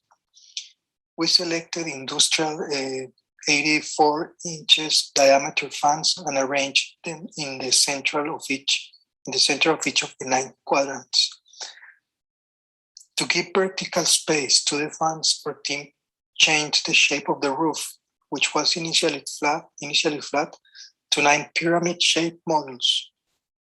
In this way, the fans are part of the structure design and do not occupy the lower 10 feet high free space. Structure, facade, and columns. We wanted the tectonic qualities of the construction guaranteed in the structure. In this way, our team proposed 6 vertical interior columns in 8 big columns and 8 big columns located on the perimeter. We designed the 4 facades with minor variations following the orientation of the building. The west facade has 3 big columns supporting a permeable floor to ceiling cladding. The east facade has 2 vertical columns allowing a direct connection with the existing building. The south facade has 3 big columns and cladding located in its triangular interior. And the north facade has 2 big columns configuring wide access in the northwest corner. Pergola and shading screens. Our client proposed that the new building produced at least 70% shade. This new pergola aims to generate as much shade as possible, maintaining a permeability that allows the constant passage of air currents. After evaluating some possibilities, steel tubular profiles with rectangular, square, and circular sections, the university representatives decided that the best option was to use steel C-channels. To generate depth and shadow on the facades, we arranged these components vertically with the open face to the outside. To avoid problems of accumulation of rain on the pyramidal volumes, we placed these components horizontally and with an open face towards the interior of the building. Beige and brown. The university has an institutional color chart to apply in its buildings. In our case, the appropriate colors to paint the steel structure were beige and light brown. At first, our team proposed to paint the main beam and columns structure in beige and paint all the steel cladding in brown. We tried to generate a differentiated reading of the few components that made up the building. Later, we found that the structure in a single tone before painting looked homogeneous and consistent during the construction process. For this reason, we proposed to paint the entire building brown very close to the context tone. So finally, we want to finish this brief video, leaving the topic open and without any conclusion. Thank you.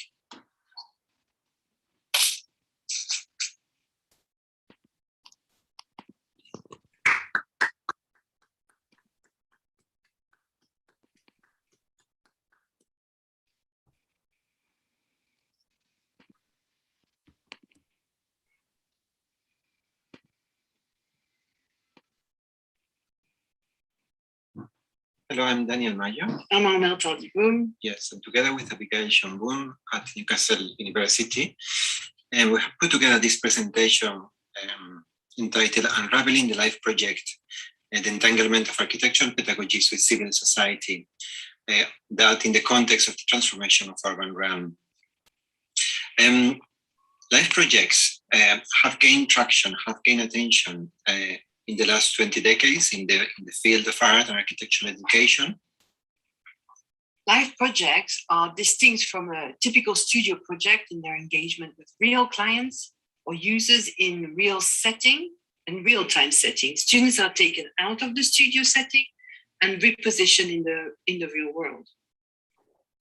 Most of the academic scholarship tends to focus on the contribution of life projects to students' learning journey and curriculum innovation, with limited attention paid to the civil society's learning. So this presentation aims to critically reflect and acknowledge students' learning as well as civil society's learning and sharing.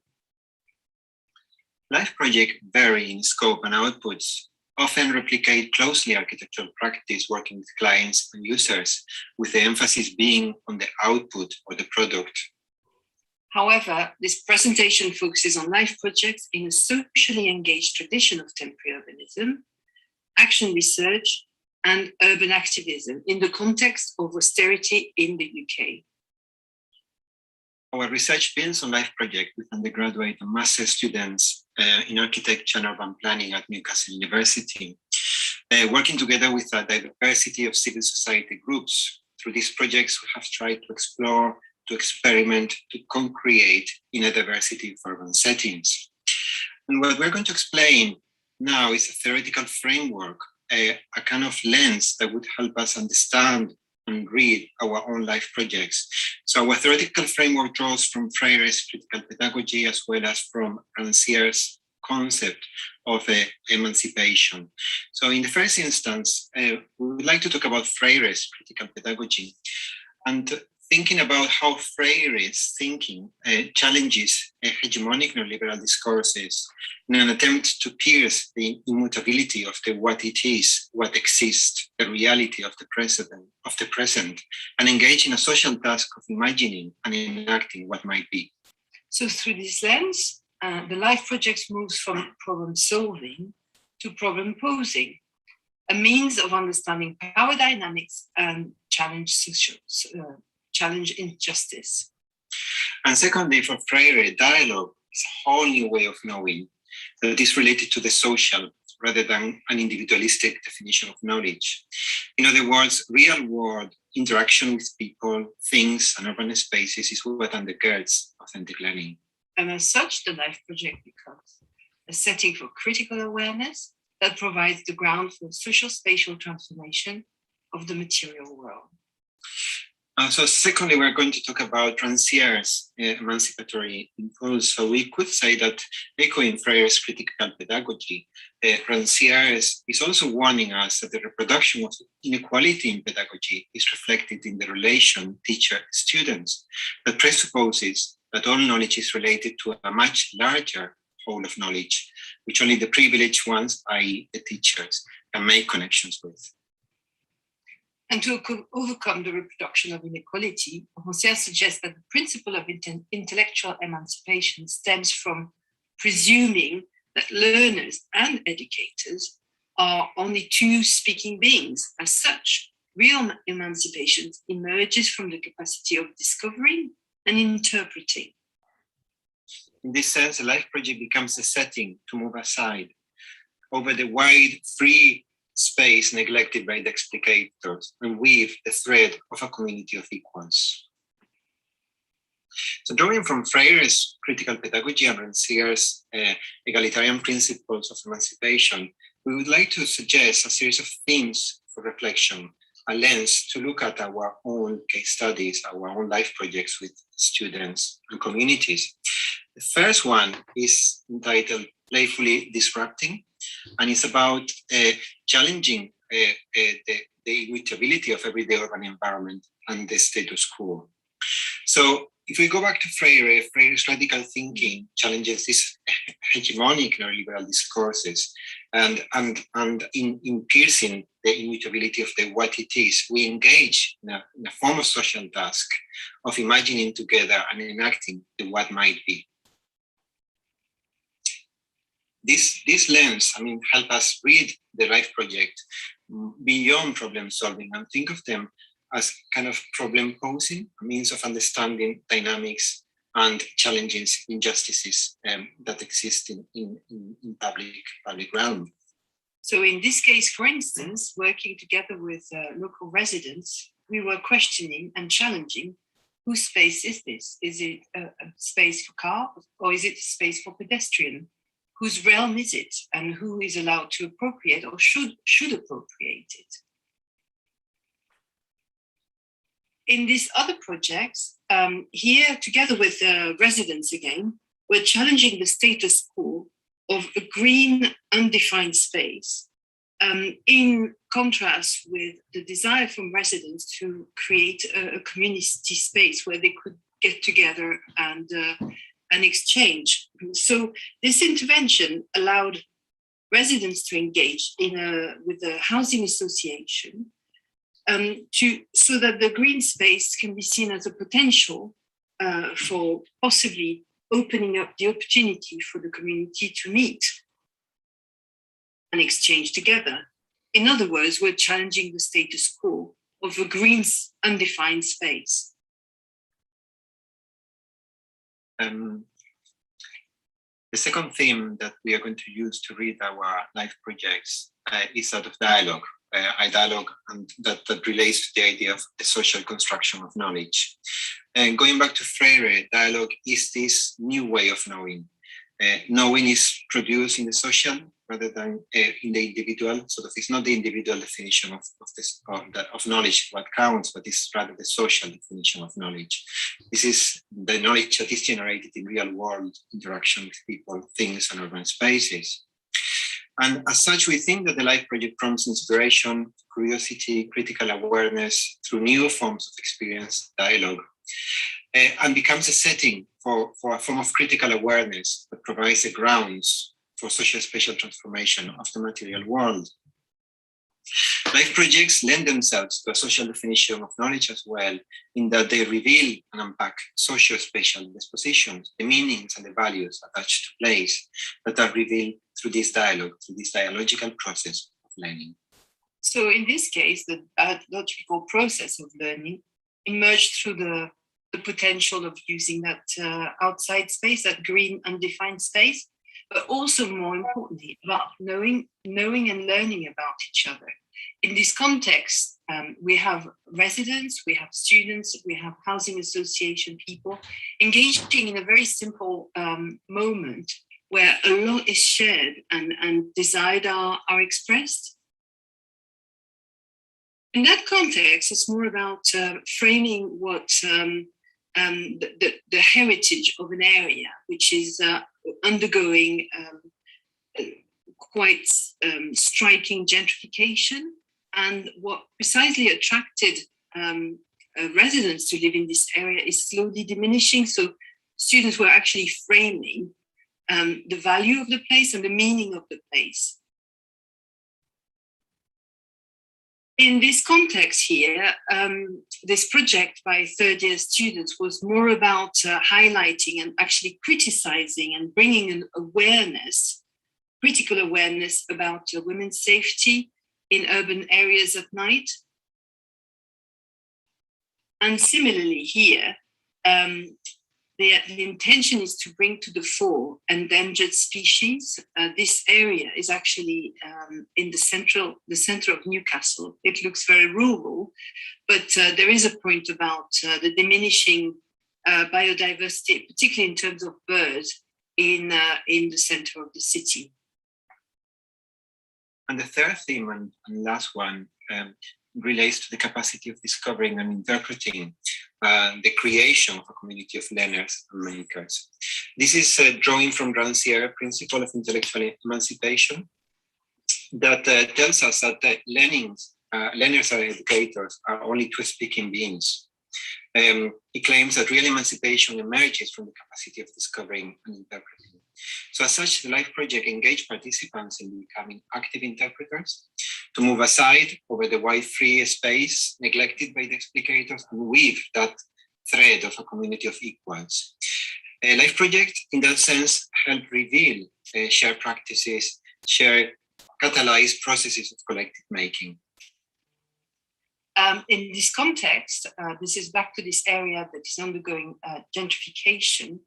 The newcomer, the new residents, engage in a long-standing artistic practice of graffiti making and drawing, gaining the experience of what it feels like to actually engage in graffiti in this area and why this area. Whereas here, this temporary intervention allows participants to become active interpreters, to embody the experience, to have an embodied experience of the space or the space to be.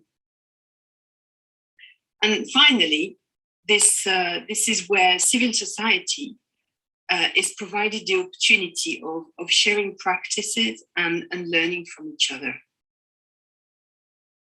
In conclusion, the paper has framed the LIFE project as a rich space of entanglement between students, educators, and civil society. Our argument is underpinned by principles of critical pedagogy and a claim for equality and emancipation as part of a dialogical process of learning. Situating the LIFE project in this tradition helps us reflect on the process of learning and sharing across all actors that are brought together through the architectural pedagogies of engagement. And ultimately, such engagement in the real world provides the frame not only for practicing discipline-specific skills, but more importantly, opens up the learning or emancipatory process to all participants, being students and civil society. Thank you for listening. Thank you.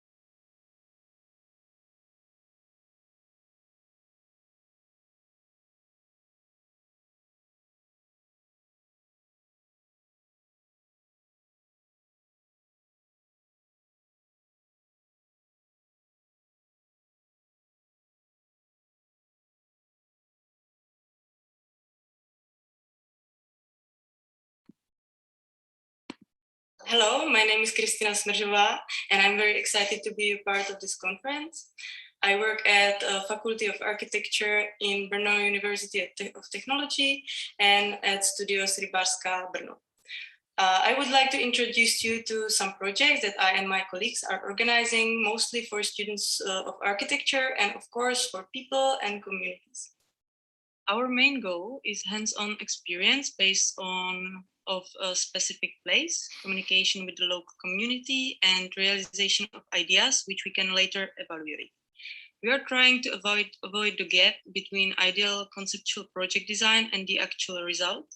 We are currently developing a methodology to provide this kind of experience to the students of architecture on our faculty in every year design studio. This kind of methodology, mostly known as design build or learning by doing, is of course nothing new, but in the context of Czech architecture environment and education, it is still not that widely applied, although it is gradually changing. Now, I would like to introduce you to the structure of this presentation.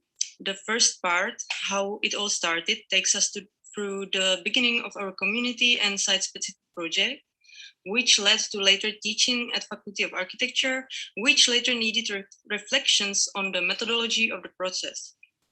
In the first part, I will quickly go through one of our site-specific projects as an introduction to the way that we work and think. This is map of Svitava Riverfront Brno. It's an area we chose for our first site-specific project as a part of City Intervention Brno. It is an unmaintained and abandoned industrial zone along the Svitava River with a disused railway line between two housing zones. This is the usual state of the riverfront. It's very empty, so we wanted to organize something for the local community here and make the place more live. Our idea for a change was very simple. We accepted the linear layout of the river and built the festival on this line. The historic train ride along the river proved very popular, so there was unexpected interest in the event. After the first year of the festival, we realized that we needed on-site facilities. Since we couldn't find a place in any of the industrial areas and had almost no funds, we rented a disused railway freight car for 1 Czech crown and converted it to the mobile facility. This is a part of the transformation. Since the railway siding is almost unused, we were looking for other ways to make it more valuable. And production of railway wheels is very expensive, so we designed a prototype that we still use today. This is a timeline of the project we carried along the Svitava River between years 2016 and 2019. In the following years, we organized 3 more editions of the event and dozens of small projects on this site, but due to the coronavirus epidemic, our festival did not take place in 2020 and 2021. So let's move to the second part of this presentation. On Faculty of Architecture, I work with my colleagues Barbara Ponešová and Jan Foretník. Together we lead studio, and I would like to show you a semestral studio called Bermuda Triangle in Brno and 2 results from this studio. The studio's assignment was a triangular park with mature trees, an oasis between the car park and the residential area, a place where sleeping homeless people meet drug addicts and parents with children. Lots of people cross the river here on their way to work. Cyclists pass by along the river. The assignment was just this site and the knowledge that the students would have to build what they designed themselves with our help. We spent a third of the semester doing analysis. Students work individually or in small groups, and each team approached this part very differently. 2 examples you will see in a moment. The student Magdalena Jurcová conducted her analysis mostly right on the spot. She organized happenings where she investigated how people use the park and how they pass through it. She even closed the park for some time or cleaned it up and put trash that she found in the park on the trees around its perimeter for people to see the mess. She recorded all these actions along with people's reactions and interviews. In the design part, she came up with a concept for the place for discussion, assessing that so many opinion and social classes clash in the park that such an object would symbolically respect this situation. The third part of the studio is reserved for design of the structural detail and more detailed plans and construction of the object. Because we couldn't interfere with the subsoil, the structure is perched on concrete blocks and it's made of smaller elements that allow the object to adapt in shape to the slight unevenness of the terrain. Final part of the workshop, it is still on the site and currently owned by the municipal district of Brno North. The second part I want to show you is very different from the previous one, especially in the analytical part. The team of students approached the topic very sensitively and intimately. They agreed from the beginning that the place needed a calming element, a space for the individual, a space for one's own inner self. Their analytical part was in the spirit of search for form through dialogue. They approached dozens of people living in the neighborhood of different ages, social classes, occupations, etc., and started interviewing them. The questions took shape with the sociologist. This part was the beginning of thinking about the form of a secular chapel for them. They extracted these keywords from the interviews. At the end of this part, they had all the people who interviewed them draw a minute table. Then we started looking for the right form. The structure had to be fragile and give an unstable impression. The membrane was needed for a sense of privacy inside, but it had to be almost immaterial. These photos are from structure testing, membrane testing and prototypes. And this is from structure stresses testing. At this stage, we were surprised how much force the structure transmits. This is one of the construction details from the last design phase before production, visualizations of the final object, and the object is currently under construction.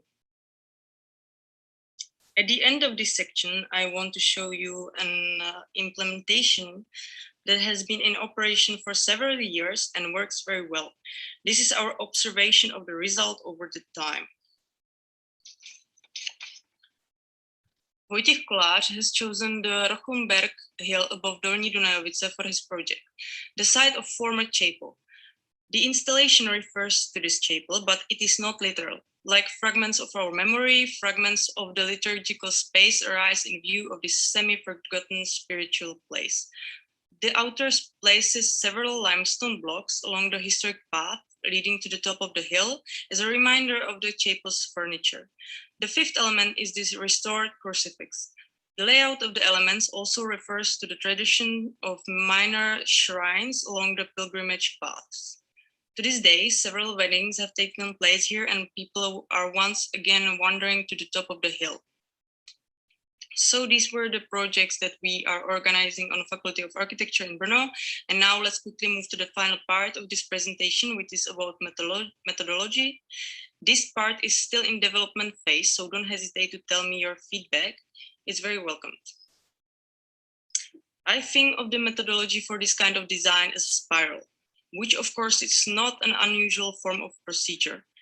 In the middle is the studio assignment, which is very open-ended and allows for a variety of approaches and techniques. The spiral then represents a process that I go through, returning to the same place several times as I gain information, but with new perspective. The lines that cross the spiral are moments that will inevitably occur. They are difficult to predict, but it is good to know about them, like dead ends, modifications of the concept itself based on new informations, design problems, etc. On the right, we see the snakes and ladder game, which we probably all know. On my way to the goal, I sometimes encounter a ladder and can skip some points, or I can encounter a snake and get that thrown down, which again moves me away from the goal. That is kind of how I imagine those obstacles on the spiral, but this is all still very abstract. So on this final slide, I wanted to demonstrate few differences between traditional type of semester studio and design build studio in Czech context. Here you can see that in design build studio, mainly due to the open-ended assignment, there is a high degree of improvisation throughout the process. So thank you very much for watching, and feel free to ask questions or suggest some solutions if you'd like later. Thank you, bye.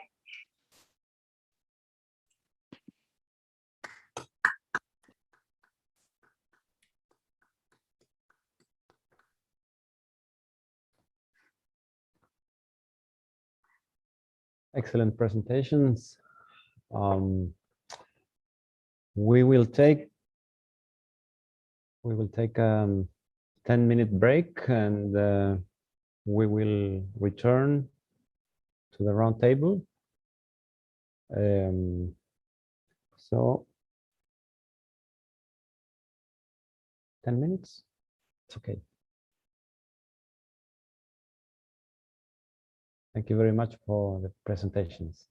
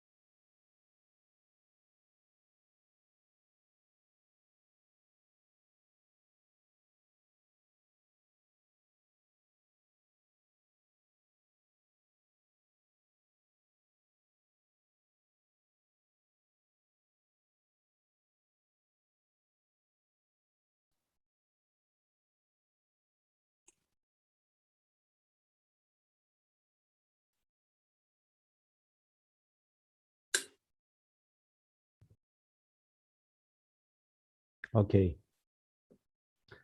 We will continue with the roundtable session speakers, which will be moderated by Ashley Anzennel and Luciana Saboya, which is one of our scientific committee participants.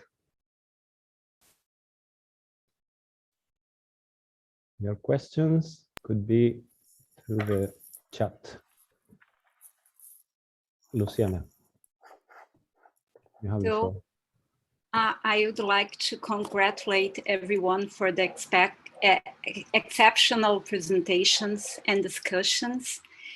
And I want to give a kind of a general statement. Feel free to respond if you feel like. One thing that I saw that came through many presentations and works, etc., is the experimentation at scale 1 by 1, which is like flexible and putting together, like designing and building, in not such a wide process, but put things together, including reappropriation of public spaces, etc. And this really takes to one thing that I found very intriguing, that Danielle and Armelo brought to the fore, is taking the learning as a process of taking a consciousness, as Paulo Freire says, as taking like the practice, put into reality, bring together, not something as imposing, but on the other way, taking, listening, looking for what's going on, having a kind of curiosity and how can I say, a kind of openness to what is to the event. You don't have like a previous thought, but you learn from the fact. I think that's very, very powerful. And I see many of the presentations, they came through that. And at the same time, that's why Paulo Freire says that education is a political act, because knowledge is freedom. And since you have this knowledge, you can have the freedom of choices and everything. But for all of you, what are the challenges to put this in practice? Like, what are the challenges even to make those ateliers in the faculties? I could imagine having to say how much it cost and to put, like, to motivate people. I think it's very, very powerful, but at the same time, it's not very easy to do that. It's so impressive. So I would like to hear more about the experiences and even to us to learn about it. It was incredible. Thank you very much for the presentations.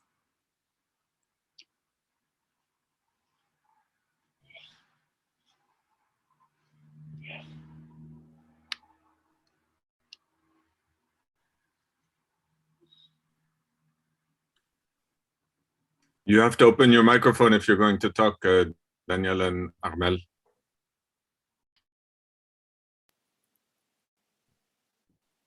Can I say something? Of course. Thank you everyone for these amazing participations and for the invitation. The event is amazing. And answering the question, I would say that everything is challenging about a design build studio, all the aspects. So the logistics, the times, the curriculum, being part of an academic institution, but also the budget, the clients, all different kind of restrictions, and constraints. So you have constraints of all kinds, in terms of money, in terms of materials, in terms of sustainability, in terms of geometry, in terms of I don't know, the working collectively is not easy. So it's something that you have to design. That's why we propose this idea of connecting constraints with improvisation or collective improvisation. So in a way, a constraint push you to answer with an improvisation always, like having different options always, not the one that you was thinking that was going to work. But so for us, what is interesting is that reaction facing this complex situation, and not this idea of having always the same process, but changing depending on the specific conditions of each situation, always. Even if it is a design build studio, when you change the program, when you change the material, when you change the scope, for example, if it is going to be something more public, or it is going to be something with more participation, or maybe it's more architectonic, it depends on the situation, because you cannot decide even sometimes you won't be able to define the project in itself or the program. Sometimes it's something that you receive as a commission. For example, the university is needing something, or in some cases you have some clients or external agents that can let you do different things. So for me, it's like an open situation where everything is challenging. Maybe it is more challenging than the practice that you have in the professional practice. Why? Because it has more factors involved at the same time. That's my perspective. Thank you, Felipe. Okay, Alessandra.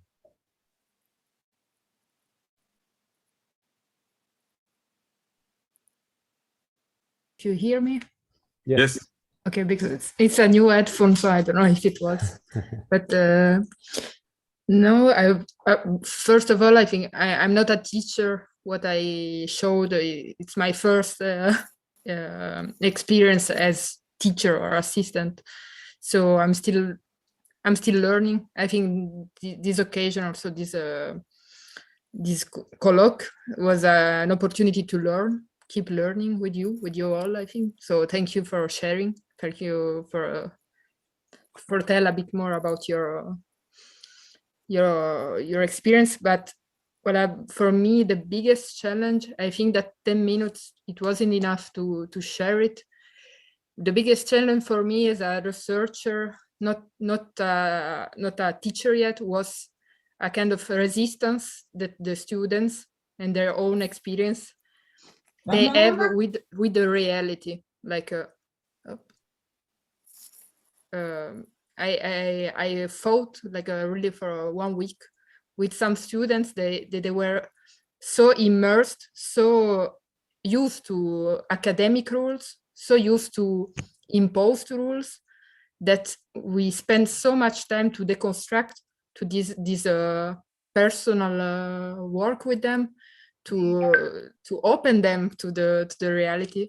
It's something, I think it's an argument we don't, as teachers, as researchers, sometimes we put aside.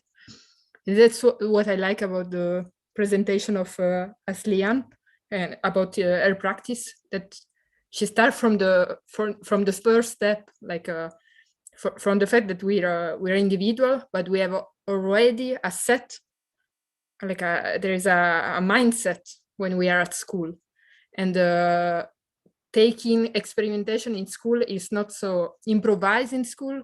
It's not so easy as it seems, because the students, they get used to have a task and to do the work without really like freeing themselves. Yeah, I think it's kind of complicated for me to explain, but there was this resistance to reality from the part of the students. And for me, as a researcher and assistant and an ex-student, was interesting to working with them to together deconstruct, like change a bit the rules of the game.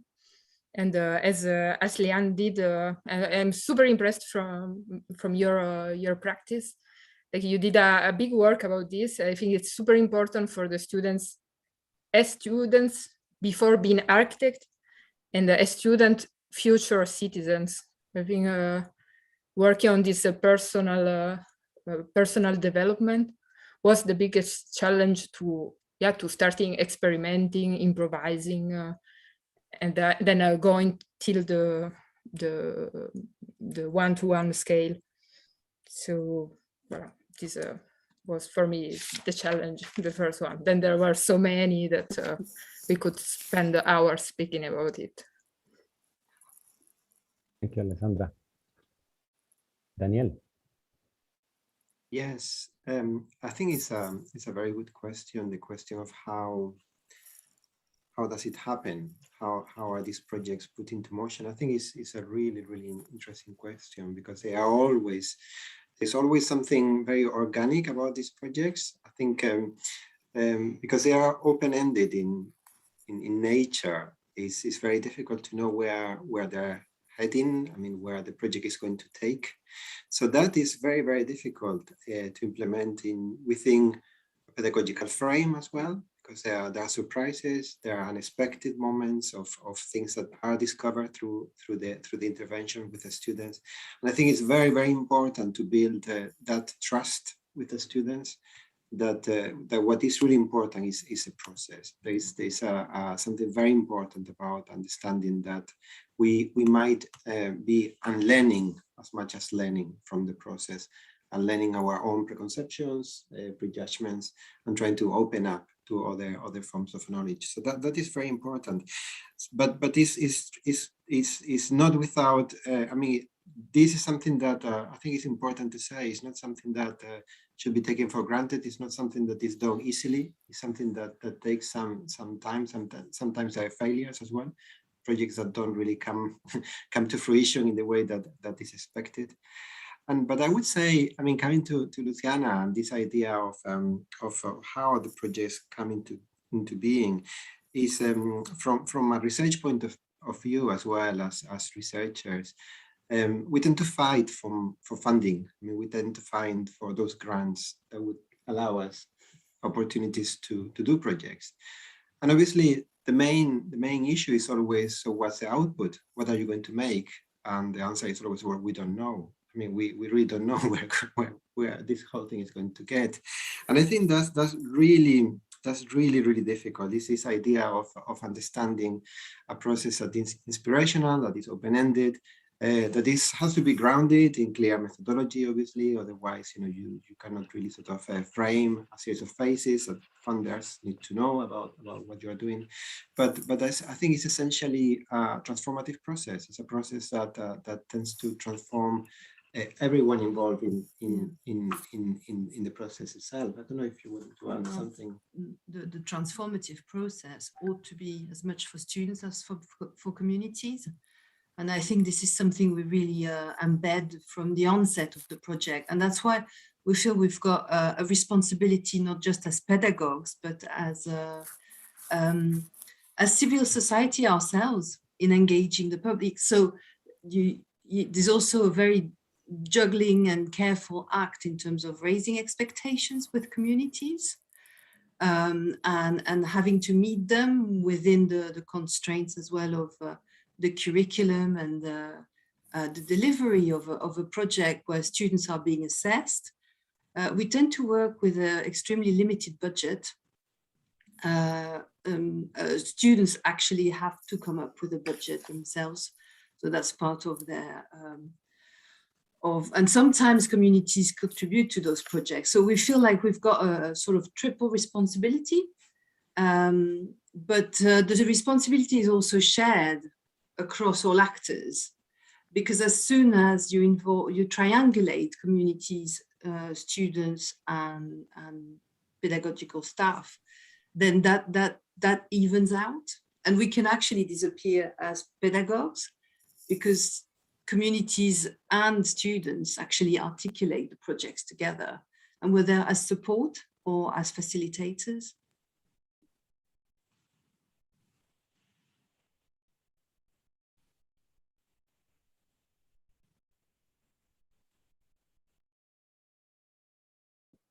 Sorry. Thank you, Daniel and Amel. David, you want to comment? Well, I just want to say that I'm very impressed with what everybody has said tonight, and I thank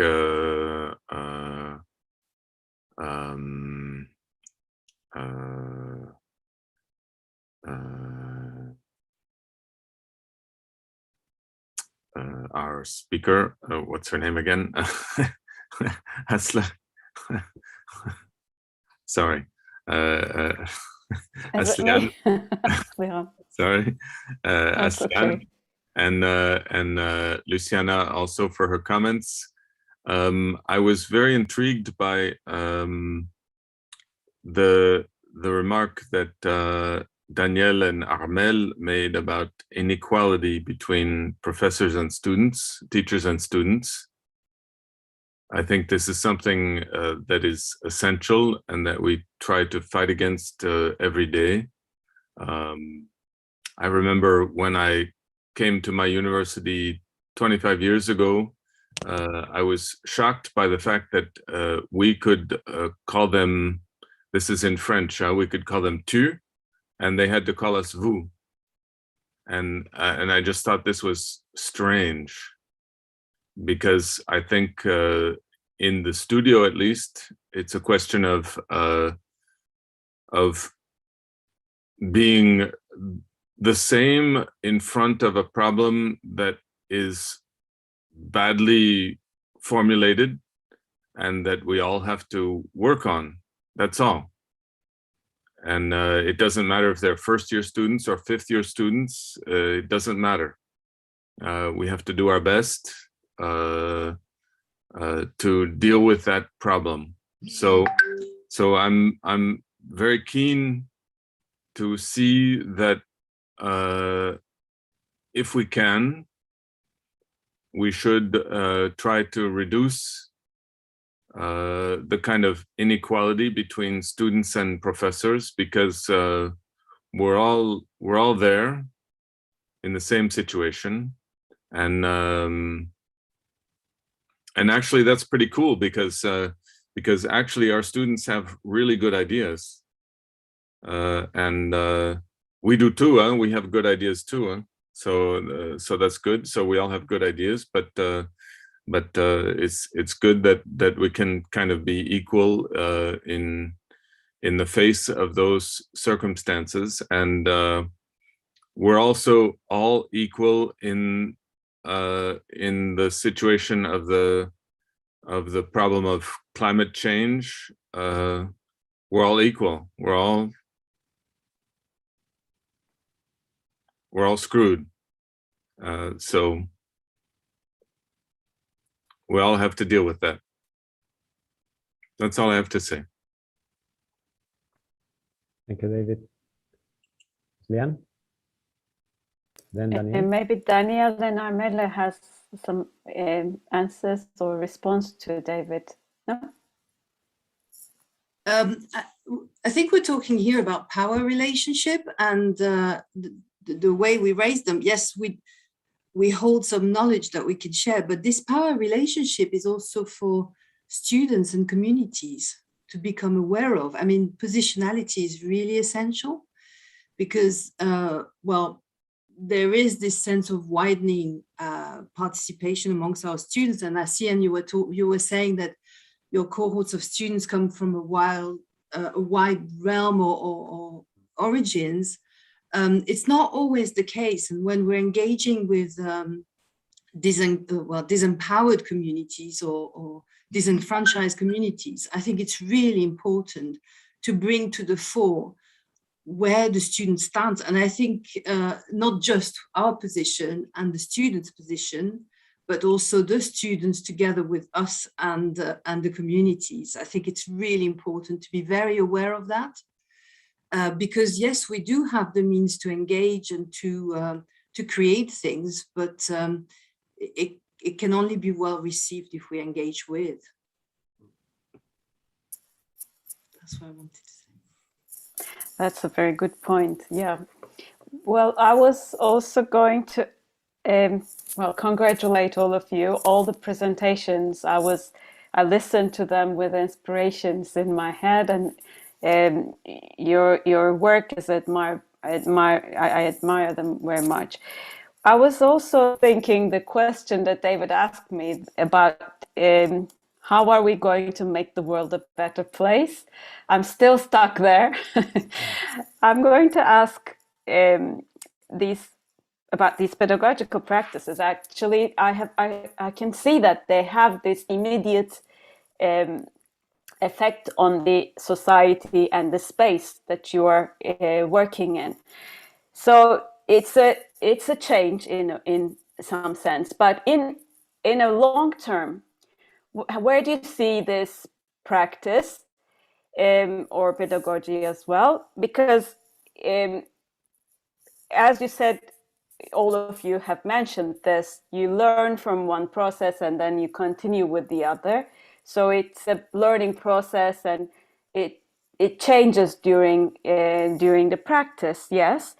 But do you have any, for example, any ways of sharing these knowledges in professional areas, in professional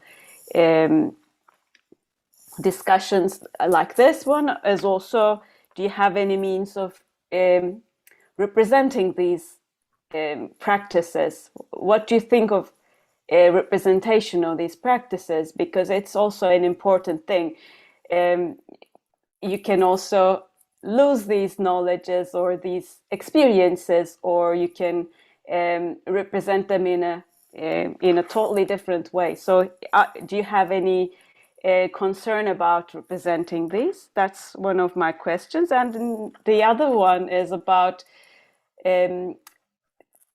is there any openness to failure, I was going to ask, because in these cases, you need to produce something, you need to put there something, and if you cannot, if there is there a possibility that you end up with doing nothing, or you choose doing nothing, building nothing, making nothing, because of, I don't know, some political reasons or some urging matters?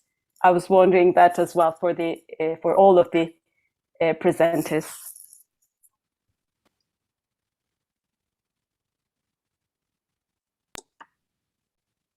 In our case, that I think it is an amazing question. We love failure because we assume it is part of the project or the process. So what is important for the students and the communities and even for us, the faculty, is the process in itself of all these projects. So from the conception, the collaboration, this conversation with the communities or with specific clients or whatever, all these fundraisings, etc. And if you understand architecture or this kind of educational process as something that will need a final and perfect project, you will have maybe always a lot of difficulties. And from my perspective, architecture is not something that is perfect. So that imperfection is also important and it can be a quality in itself. And then the idea of avoiding representation in these design build studios is also super important for me, or interesting. It's like when you don't have to represent everything with models, with the drawings, maybe some drawings, but not this crazy amount of impressions for something that won't exist in reality. And I don't know, this idea that maybe working with reality, with this idea of having to build something even if it is imperfect, maybe is more radical than representation, or maybe working with abstract ideas. I don't know, that's what I can say about this.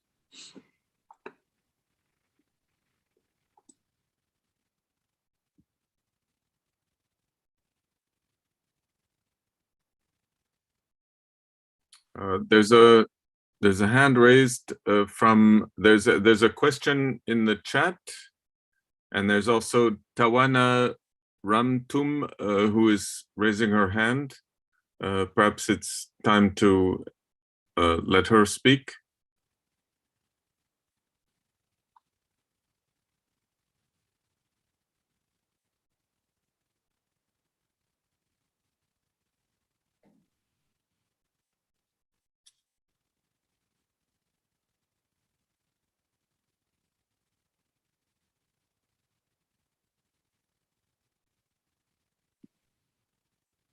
I'm not seeing her.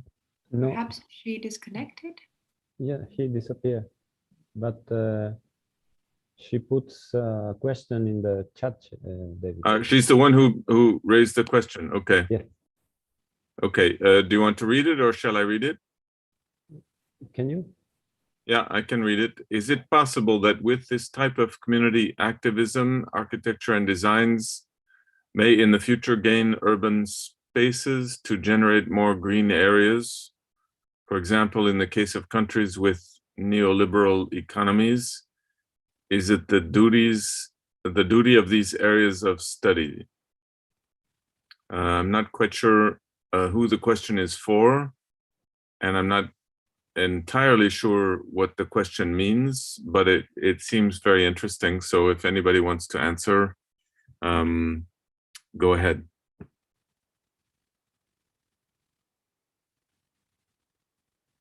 So it's basically a question about community activism, and is it possible to make more green spaces, green areas, and especially in countries with neoliberal economies, which is basically all of them.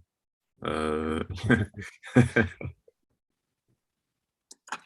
think that maybe it's not easy to gain more green areas, but maybe it's for us it's easier to detonate the existing ones. Okay, so it's like with this kind of exercises we can I don't know use all these areas that are maybe underused, or we can activate them in order to share, I don't know, to use them more, to make them or to activate them. But to buy more green spaces or expand spaces, I think it's super difficult in terms of an academic exercise to do it, maybe. Okay, there are 3 hands up. There's Alessandra, Daniele Armel, and Christine Fontaine. So we should maybe take them in order to see what they want to say.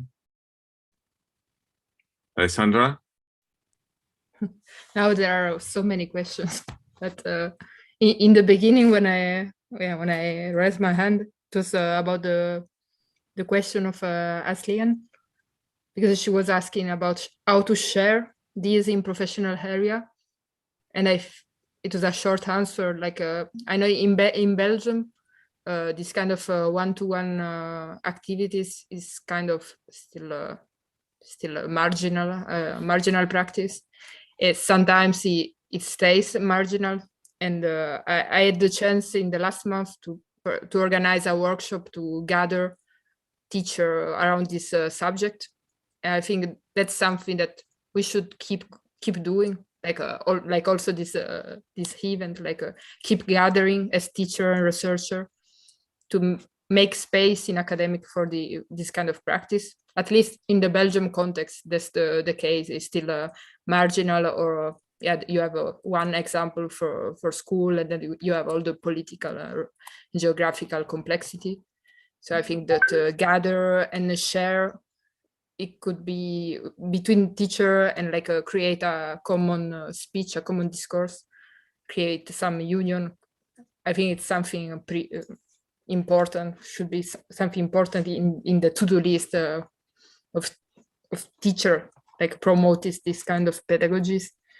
And about the failure, but also connected to the question, where there's no neoliberal economy in the world, I'm curious to find a place where to do a workshop. But I think that when I read the question, I think about activism as taking risk, and somehow sometimes it's hard to do activism in academic institution, and that's why I think a lot of us choose the workshop format. The workshops allow you to go outside the school and to enjoy some more freedom, more improvisation. And so talking about this question, how to promote more green spaces, but how to fight the neoliberal economies, I think that's in somehow the answer is outside the faculties. And I that's my personal opinions. I think that going outside the school, meeting reality, meeting communities, that's already a first answer to negotiate with the neoliberal economy. And that's not for granted. It's not something that every teacher can know how to do or want to do, but going outside, quit the schools, it's a first step, I think, and take the risk to meet the reality. It's something that, at least in Belgium, is not at all granted or recognized as an official pedagogy, the fact of working with reality. And that was about also the openness and openness to failure. If you meet reality, you're open to failure because you don't know who you're going to meet. And well, I think it's a big question about the one of Tawana. It's a pity she's not there to say a bit more. But voilà. Sorry. Okay. Armel and Danielle, are you comfortable with the idea of leaving the neoliberal economy? I think it's our duty to, and that's the thing of being marginal. Yes, these are marginal practices. And what is marginal up to a point, but what is really interesting is actually, I really look forward to coming generations into our schools because they're far more politicized than they were 10 or 15 years ago. So I think this is a luxury. And we should definitely recognize that.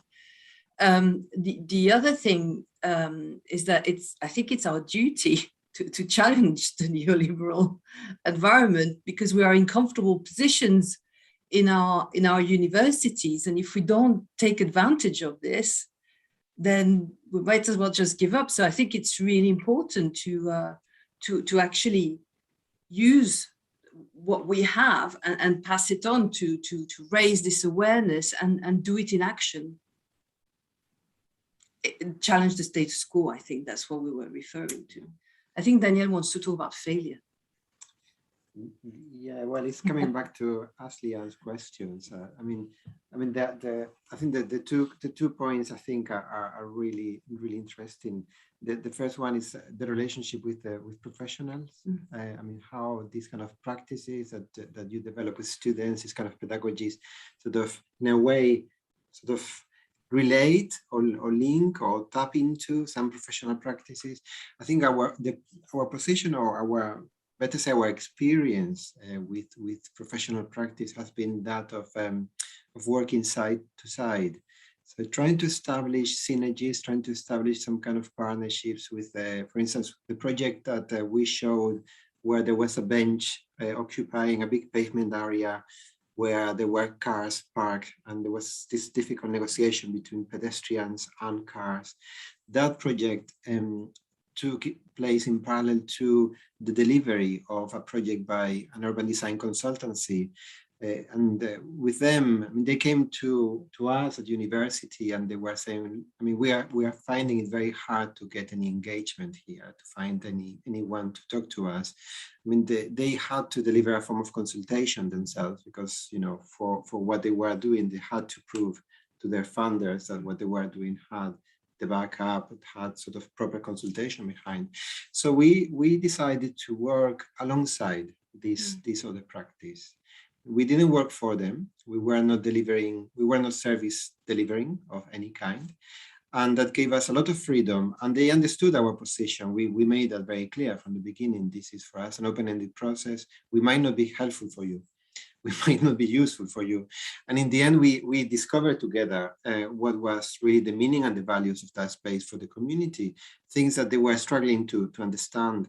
And I think through that process of meaning and values that was discovered, I mean, through much more open-ended experimentation, we ended up deciding that they had been commissioned to do you know, things that had to do with improvement of pavement and walking surfaces and things like crossing, pelican crossings for the road and things like that. So we ended up thinking that what was needed was not that. There was needed a space for the community to get together. We ended up building a kind of temporary park together. And there was a way of testing something that was a little bit off the scope of what they had envisaged at the beginning. But also strengthened what they were doing. So Yeah. we were sort of acting as agent provocateur. There was no expectation from us, but just always kind of readjusting, realigning first the community in the project and strengthening their position as well as challenging it. It's I mean, all of you know that it's a complicated ongoing negotiation of space, of people, of positions. But sometimes I feel like saying la mayonnaise prend.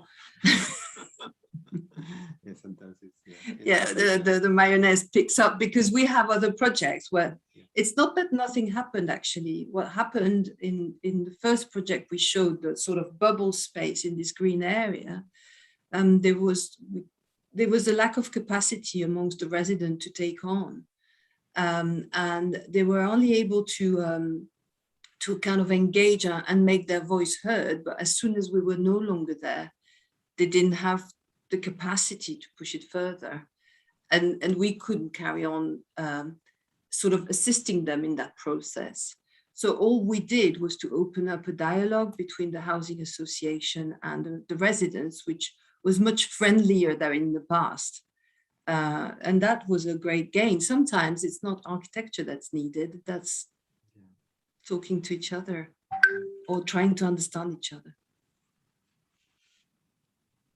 Okay, there's still Christine who has her hand up, and after Christine's question or comment, then we have to close because our translators and everybody else have to go to lunch or go to bed. It depends on what time zone you're in. Christine? Yeah, sorry, but very quickly, I just wanted again to say wow, and thank you so much, not only for the presentations showing how diverse the pedagogies are today existing already in that field. It's really nice to see all the panel today. And thanks also for the great exchanges just now at the round table. They're really, really interesting. But actually, I just wanted to say that what I found interested and hidden behind the question of what's her name, 85, 65, 27, is the question of should the projects be only about building and answering to social or human questions or urgencies? And actually, they are very important, especially in the context of crisis we are experiencing today. But have you thought, you guys, about means or tools to invite also non-humans in the process of the participative table, not only nature, but existing buildings, and even if it's about humans, future generations? Voilà, I just wanted to hear how you were constraining also your projects concerning these aspects and actors.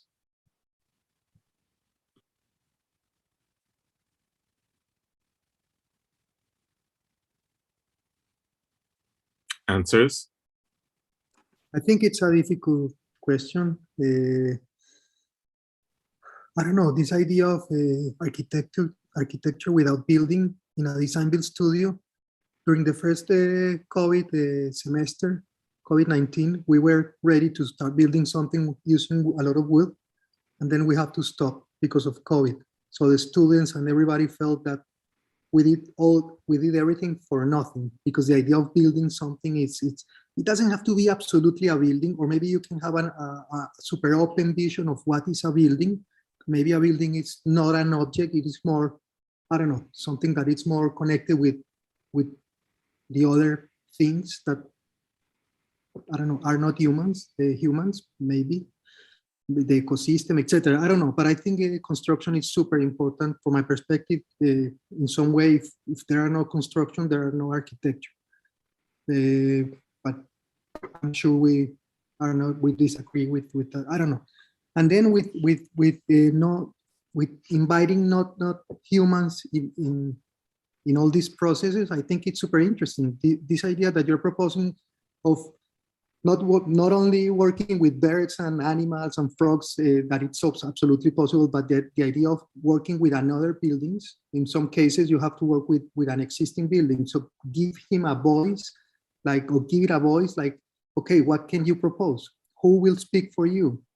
How can we involve you in this process? I think it's absolutely relevant. In some way, a lot of good architects or professors are doing it. Even if they are not conscious about that.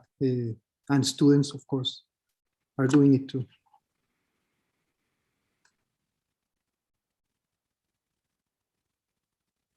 Slian or Luciana, maybe say a last word before we let our team go to lunch or to bed, depending on the time zone. Session, I want to change my whole design studio, that's all. I'm going to change all the pedagogy. And I would like to thank everyone for their honesty about the failures, about the difficulties as well. We have been hearing all these different facets of the processes.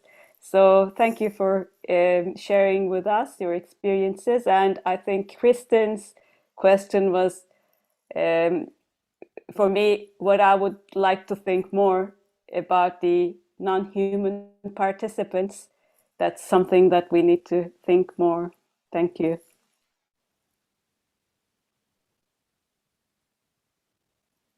Thank you very much for all, and all the debates were great. Thank you very much.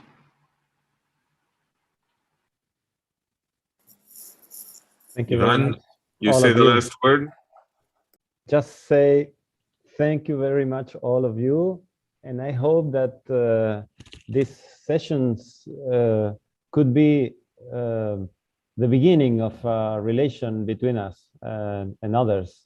I think it's very important to share and these experiences, these emerging experiences in collaboration, one-to-one scale, especially after pandemic, when our students was confined all long time, that give us a big opportunity because they want to make things, they want to collaborate between them. They want to be in a classroom hearing us. They want it. They want to be in the world. They want to make put his hands on materials on the ground, interact between them and others. So I think that we think with David that our collaboration must be opened through this seminar. So thank you very much. And please come back tomorrow. Thank you, everyone. Thank you, Ivan. Thank you, David. Good night. Thank you all. Bye. Thank you. Bye. Bye, everyone. Good night, everyone. Excellent session.